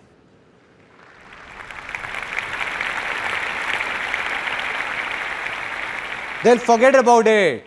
Now when they will have their own company, they'll wish to get an employee worth 8,000 for just 5,000. What are we doing, man? What are we doing? There are 2 kinds of people in this world. Those who believe in sharing and those who don't. Now the ones who don't will today or tomorrow have their hands and legs cut. There will be a stage when everyone will leave them and go away to join those people who believe in sharing by their heart. Today they have 2 hands. Gradually they will have 4 hands. 10 hands, then 100 hands, and then thousands. A day will come when he will have countless hands, and that day, success will be a very small word. It will be a miracle. Miracle.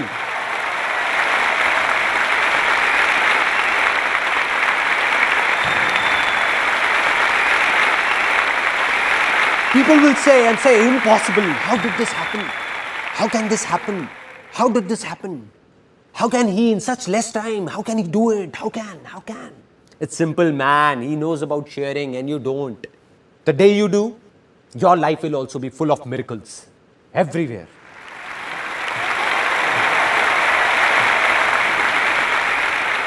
Now, the tree of success has a lot of fruits and we are sharing them. Knowing more fruits will grow. We are sharing. So you have become successful. But now the question is, who am I? What's my story? As a kid, I thought I could do many things. But as I grew up, I thought I couldn't do anything. And there were a lot of reasons behind it.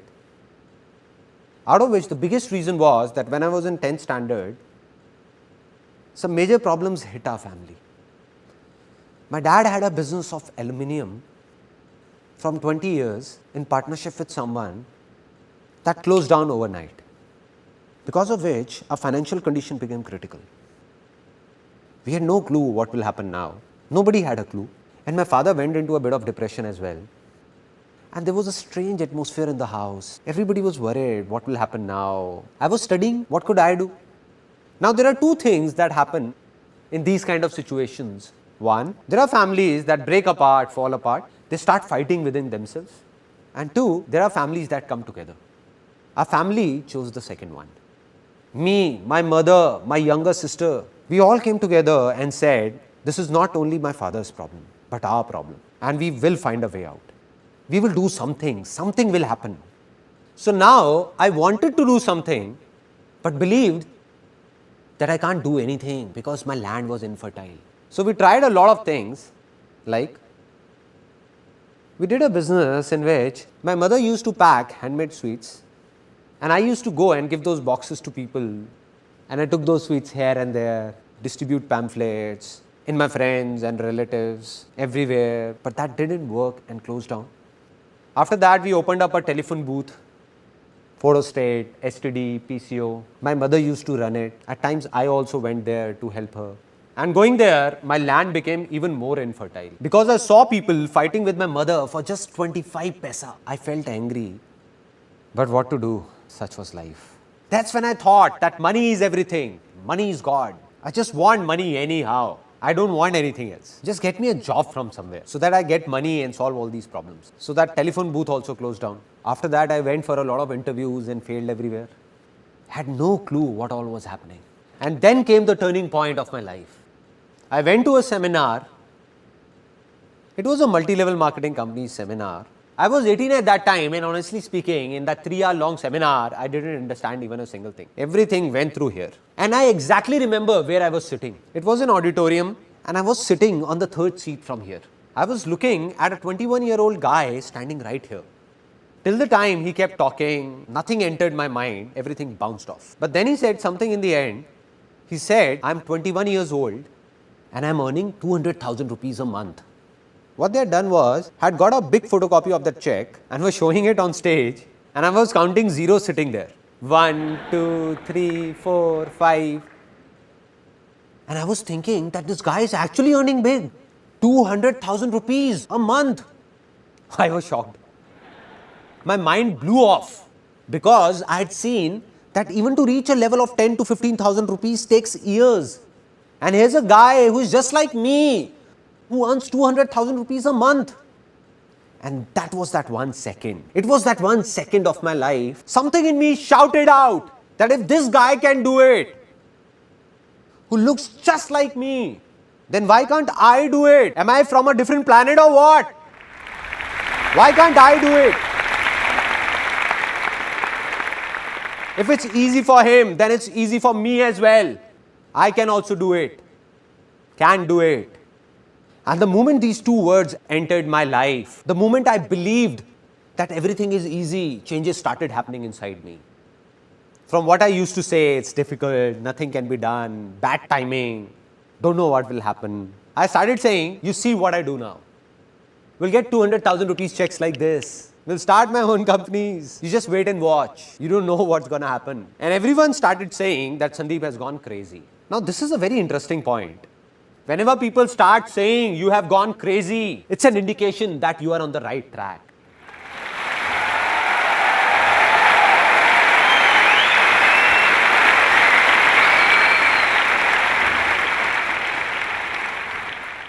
A tinge of craziness is a must. And that's what happened. I became crazy, started saying strange things. I started feeling from within, it's easy. Land became fertile. 1 step complete. Now the second step, to discover what to do. Now there were 2 voices, outer voice and inner voice. I saw that man on stage and looking at him, I said, I want to be like him. If he's doing this, then I'll also do this and earn 200,000 rupees a month. But it wasn't my inner voice, all outer voices. So I took around 20-25 people to that company and nobody joined. In fact, the ones I took ridiculed me saying, where did you take us? And how much will you give us out of your 200,000? So I failed badly. And there were 2 reasons why I failed. 1, it was not my inner voice. And 2, I didn't understand sharing. I was taking people there not for their benefit, but for my selfish reasons. As an 18-year-old, all I thought was to solve my own family problems.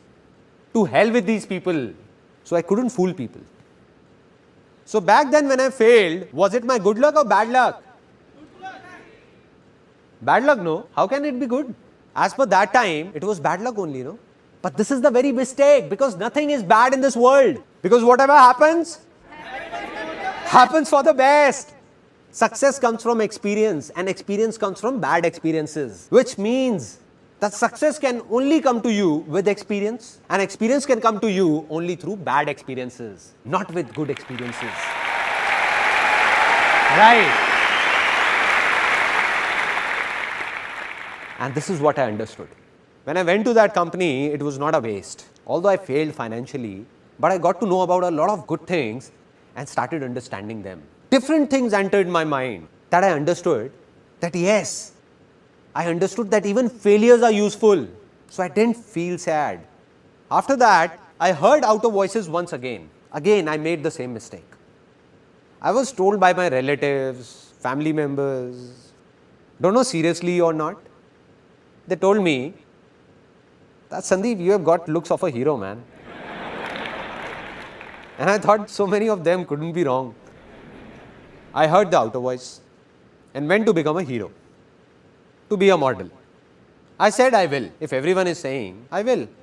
So I went and saw that heroes like me, thousands, are standing in a queue and eating roadside burgers. I said to myself, Sandeep, there you go, dude. But I didn't lose hope. I was determined to do something easy. It's easy won't work till the time it doesn't come from inside.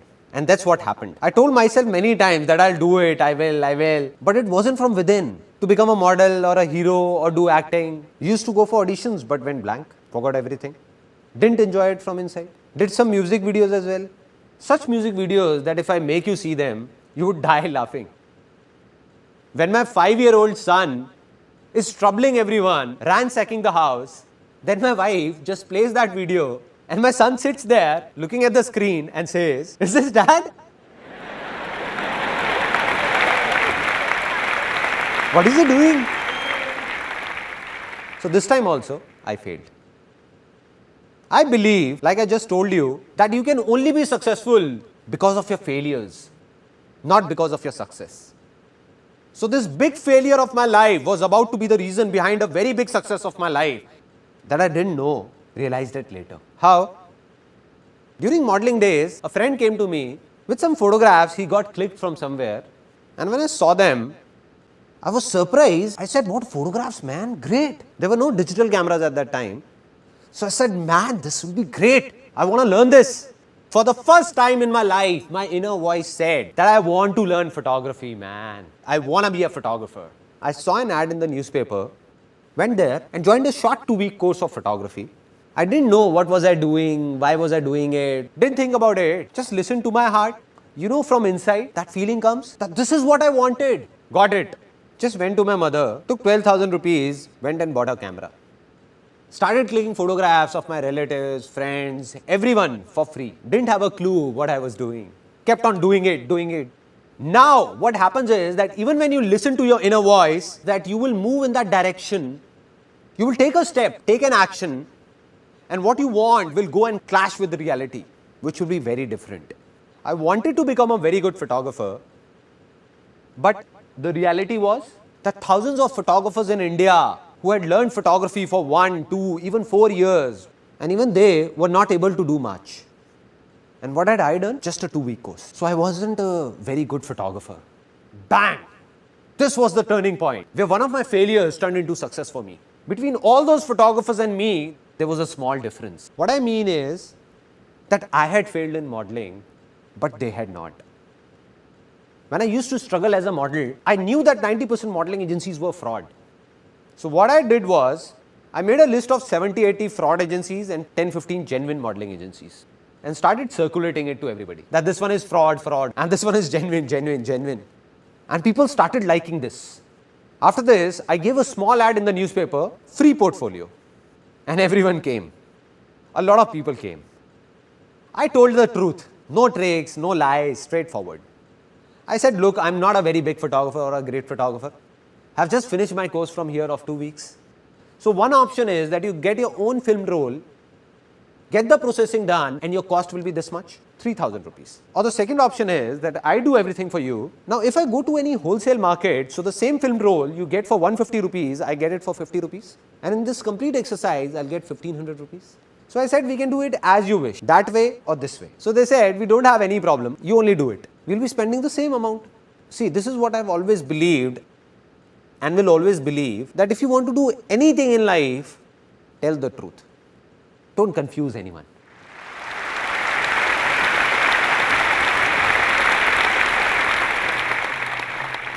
And people came. I still remember that I had spent 4,800 rupees on that first ad, because of which 7 or 8 people got their portfolios done from me, and the first income of my life, 15 to 20,000 rupees, came from here. This was the first success of my life.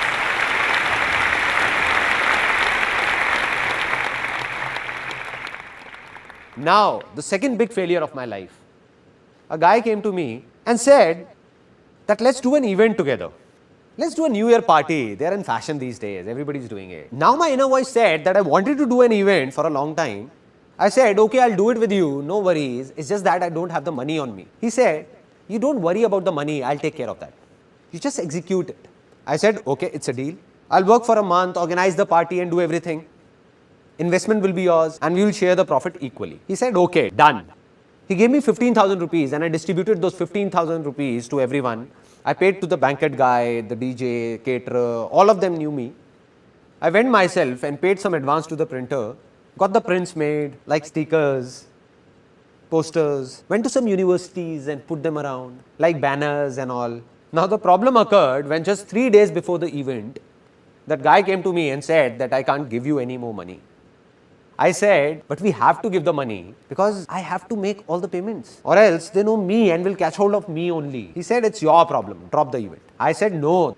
So then I arranged the money from somewhere, borrowing it from my friends, 5,000 from here, 2,000 from there. I collected all this money and made all the payments. The event was executed and it was a big success. It was the night of 31st December 1999. This event was named Disc 2000. The new era of 2000 was about to begin. All the money was inside a bag. I went to that guy and said, okay man, let's do one thing. Let's calculate how much you and me spent and divide the profit equally. He said, what calculation? Which money? He just took that bag and went away with his friends. Since that day, I haven't seen him around in my entire life. What would have a normal human being and not an alien done in such a situation?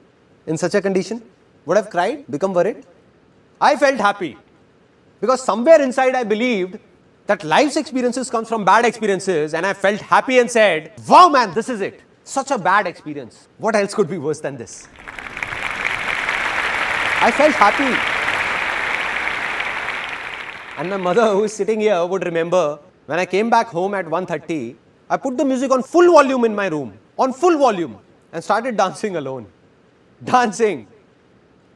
My parents came in and said, what's up son? Seems like your event was a hit. I said, don't ask how big a hit. Just don't ask. And when I told them that this is what happened, I got a lecture for 30 minutes. They said, you are very innocent, dumb.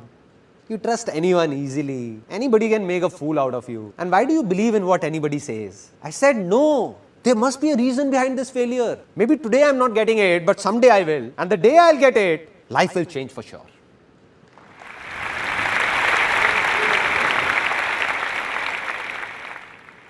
One year passed by, 2 years passed by, I didn't get it. Didn't know what was that failure for. Until in 2003, I had reached a level in photography where I got stuck. The problem was that in photography, it's not only the work but the name that sells. It means that no matter how good I was, but because I didn't have a name, so all those people who got their photos clicked by me were rejected by modeling agencies saying, what trash. What an amateur shoot. Who is this Sandeep Maheshwari? Lives in a cave or what? From where is he? Get yourself clicked from a good photographer. So they used to come back to me saying, what have you done? What a bad shoot. Here, have a look. So I said, I have to make a name somehow. How to do it? I don't know. But I believed it's easy. An idea came from somewhere to make a world record in photography. I went to Limca Book of Records, met the chief editor, and I remember I was sitting, me this side, and she on that side of the table. I had already taken an appointment. She said, yeah, tell me. I said that I want to make a world record in photography. She said, okay, so what have you thought of? I said, you tell me what needs to be done. Because somehow I managed to reach there, they could not throw me out. So she said that, look, it's not that easy. You have to do a lot of things. So it has to be something very big. I asked like, she said there are two options. Either you make India's record or world record. I said forget about India, tell me about the world record. How will I make it? So she narrated a list to me. She told me what all is needed. At least 10,000 photographs need to be clicked. No two photographs should look similar. All should be different. Our moderators will be present there. A minimum of 100 models need to be hired, and this must be done within 12 hours. And after that, when the film rolls will be made, we will check the contact sheets, and if everything is okay, then your name will come in Limca Book of Records. You will get the certificate. I said, okay. Anything else? It will be done. I gave her a date saying that on this date of the next month, this world record will be made. I had no clue what will I do. As I was leaving her office, she said, Sandeep, just 1 second. I said, yes, ma'am. She said, I recommend you to hire an event management company for this. The moment she said an event management company, tuck. I said, madam, here is an event management company in front of you, Disk 2000. So that big failure of my life was about to turn into a big success. And from there I got the confidence that I will make the world record. And when I told my friends about it, they said, what are you saying, man? You will create a world record? You will hire an event management company? Spend 300,000-400,000 rupees? I said, no event management company. I'll do it myself. They said, okay, models. You need 100 models. And one model will charge at least 5,000 rupees. Do you have that much of money, 500,000 rupees to give to the models? I said, I don't even have 10,000 rupees. I don't know how or what will I do. I don't have it. But I said, this world record will be made. They said, no. I said, yes, it will happen. I kept saying, it will, it will, it will. And when we ask from within, we get answers. And I got the answer. A model was sitting in front of me. It was a very interesting moment. He said, I don't have this much money for the portfolio, but I can give you 500 rupees. I said, no issues. No issues, my inner voice said. I said, I'm making my world record. And you just give me 500 rupees. Your photos will be clicked. My world record will be made. And you will get a portfolio in just 500 rupees. Any problems? He said, no problem. I spread this message across. People queued up after that. Somebody is making a portfolio in just 500 rupees. A portfolio otherwise made in 30,000 rupees is being done in just 500. A total of 122 models came. More than 10,000 photographs were clicked in 10 hours and 44 minutes. No two shots were similar. The whole event was managed by me. And at the end of the day, my world record was made.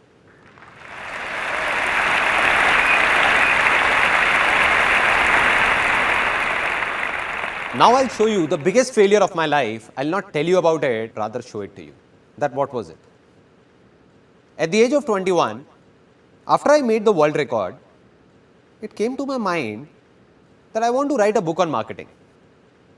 And I was a college dropout. I left college in third year. Now I went to the publishers that this is how I have written a book on marketing and I want you to publish it. So they used to talk very formally saying, yeah, have a seat. So where have you done your MBA from? I said, listen, I have no MBA. I am a college dropout. So they said, no, this is not the way. We can't publish it. And all the publishers refused wherever I went. But I said, I'll do it myself. I will publish this book, come what may. I got it published, and here's that book right in front of you that I wrote at the age of 21 on marketing. Now, what is so special about this book? It's written on it that it's one of the most unusual books in the world, one of the strangest. Why? Because almost all the books in English open this way, like this. But this one opens from here. This is the first page of this book. This is the second one. This is the third. This is the fourth one, and this is the fifth. So it's a reversed book. A reversed book. Reversed. The word spread that a photographer has written a reversed book. People talk about doing something out of the box, something different. I think it's all pointless. You hang yourself upside down from a tree and say it's different. It's pointless, no? There has to be a reason. So the reason why this book is reversed was written on the first page at that time. And the reason was, a big reason, if you can't even change the way you read, how can you change the way you think?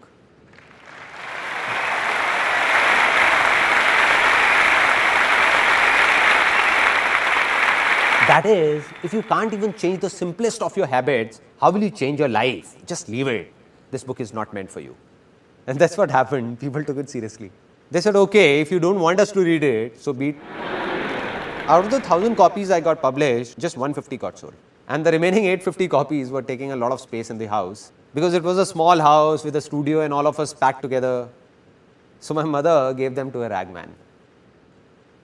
So a decent failure. Maybe you will see some grams wrapped in the pages of that book. Failure, that too a big one. Didn't know why this happened. Not at that time, but today I know. This book failed, but to write this book, I read countless books, and while doing so, my fertile land got plowed so many times, that everything became easy for me. Right.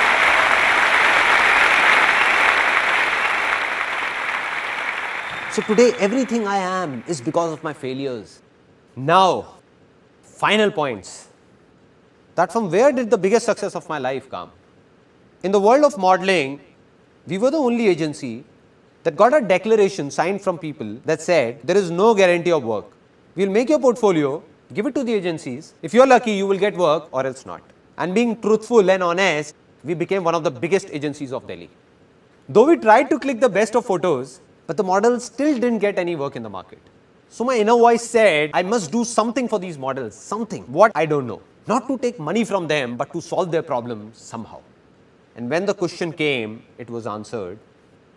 An ad agency guy came and said that I don't have time. We will scan this photograph only and print it in the ad. Do you have any problem? I said, why would I have a problem? I called up the model and said, do you have a problem? He said, what are you saying, sir? What problem? What else can I ask for? That if my photograph comes in a newspaper or an ad, the photo got printed, that model was happy, I was happy, and ad agency was happy. And this was that turning point of my life.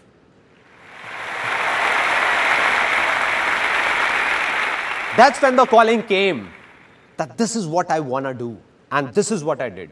I'll explain it to you in brief that all the ads around you that you see in newspapers, magazines or hoardings, almost all the brands in India, the photographs seen in them are ours. Those companies buy them from us.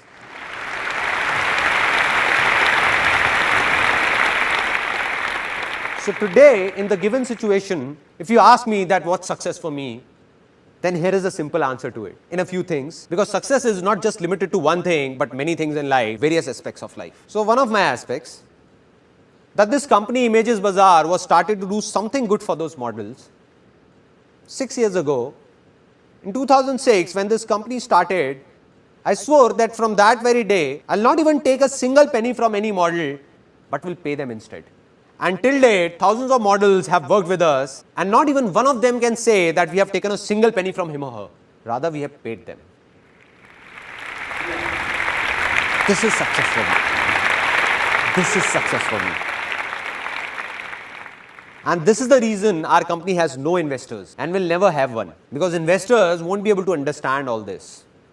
What will they say? They will say, you are crazy. Being such a famous production house of India, one of the biggest, doing so many shoots, and that too genuine. If you ask the models to pay you 50,000 rupees, they will not even ask why and put the amount on your table. But we will not take it. Not today, not ever, never. Secondly, what is success for me? I narrated an incident of that female whom I told to leave. The one who asked for 10,000 rupees, I gave her 8,000 rupees and then told her to leave. When I got stuck, that day I decided that from today onwards, if I hire anyone, then I'll never tell the person to leave. Never. They can go by themselves if they want to, but I'll never ask them to leave. 8 years, 10 years, 12 years, 14 years, everybody is still there. In our company, faces don't change. All are still there. So success for me is to share everything with my employees and do all that I can do and go beyond any limit to keep them happy. Any limit. This is success for me.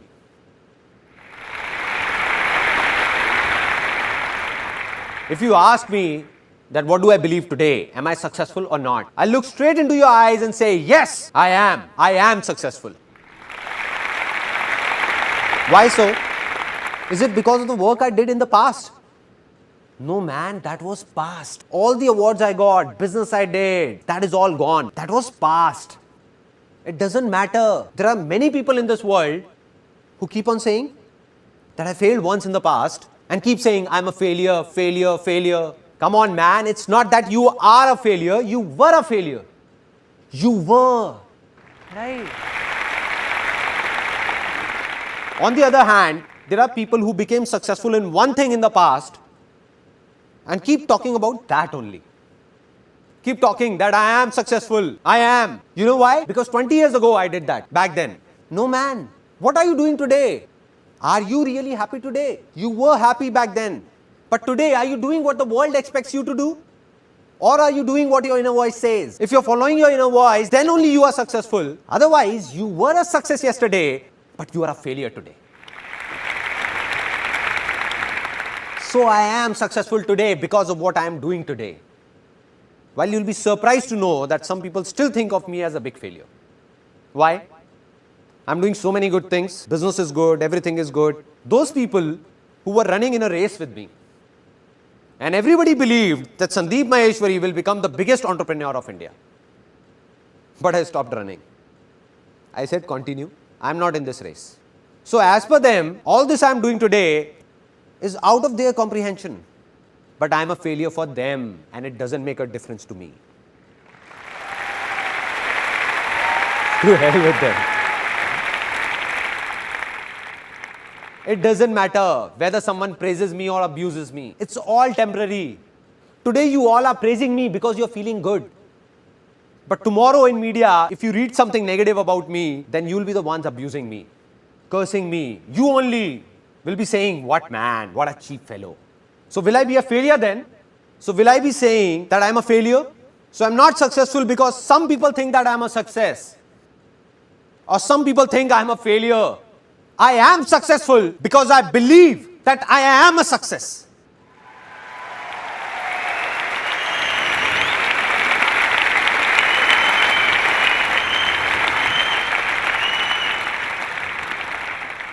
Yesterday I met one of my friends and he was asking that from where do I get the inspiration of doing all this? From where? It all started when I was 12 or 13. My grandmom used to narrate a story to me and I liked it so much that I listened to it daily and cried daily. My grandmom used to say, I'll not narrate it again because you cry. And I used to say, please, please. It was a story of a man who used to be very happy with his family, friends, very happy, enjoying. Then a stage came in his life when greed crept in. And because of that greed, he started fighting with his parents, brothers and sisters, with the whole world. Started thinking just about himself and got separated from everyone. He even started fighting with his own wife and kids. So in the remaining last few seconds of his life, when he was about to leave this world, tears were pouring down and he was crying, crying and crying. And the last words he uttered were that I made a big mistake. I made a big mistake. And he left this world saying this. So when I used to listen to that story, something happened inside me. I don't know what it was, but I always used to think that when my last moments will come, what will I say? What will I say to my people? I didn't know it then, but today I know that during those last few seconds of my life, tears will be pouring down, but I'll be crying out of happiness. And while crying, I'll not say anything to anyone, but smile. And say to myself that, wow, man, what a life. Wow. Wow. Wow.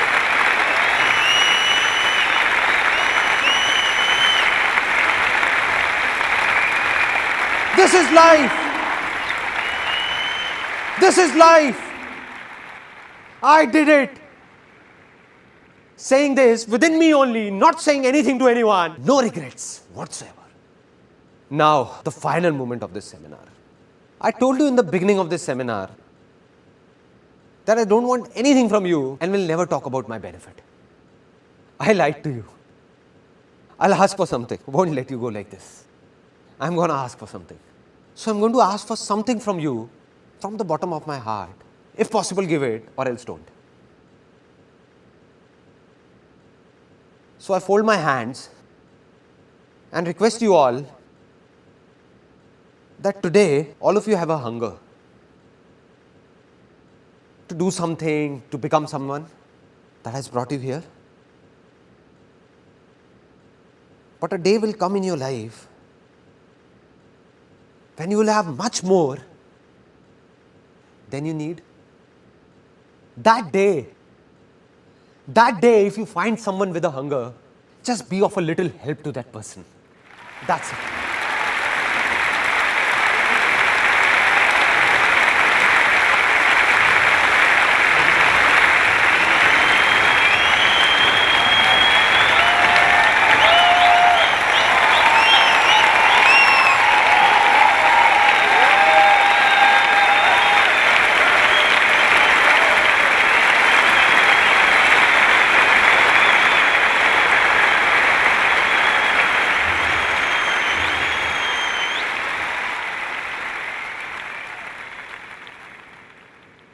Today, this was the last life-changing seminar of my life.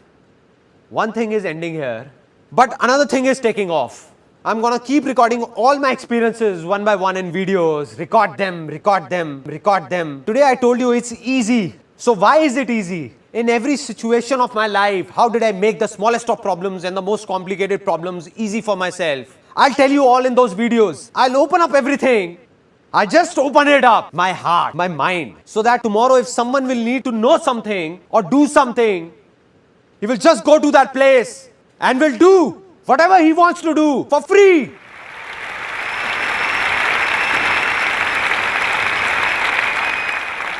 And I'll go from this world, but millions like me will come forward. Millions out of you only.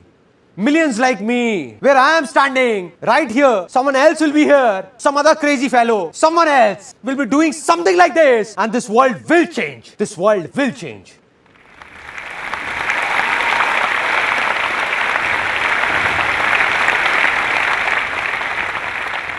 Today, I can say that my life's mission is fulfilled. And even if God comes and says, it's over, then I'll say, let's go. Anyway, you say, I did what I wanted to do. Did it. Till today, millions of people have attended my seminars. And if I continued further, another few million would have seen it. But now it's video recording. This video recording that's going on will be watched by billions in near future. Out of them, a few people will be there whose conscience will call out, not from here, but from here, that I have to share with those people who need me. And the day this happens,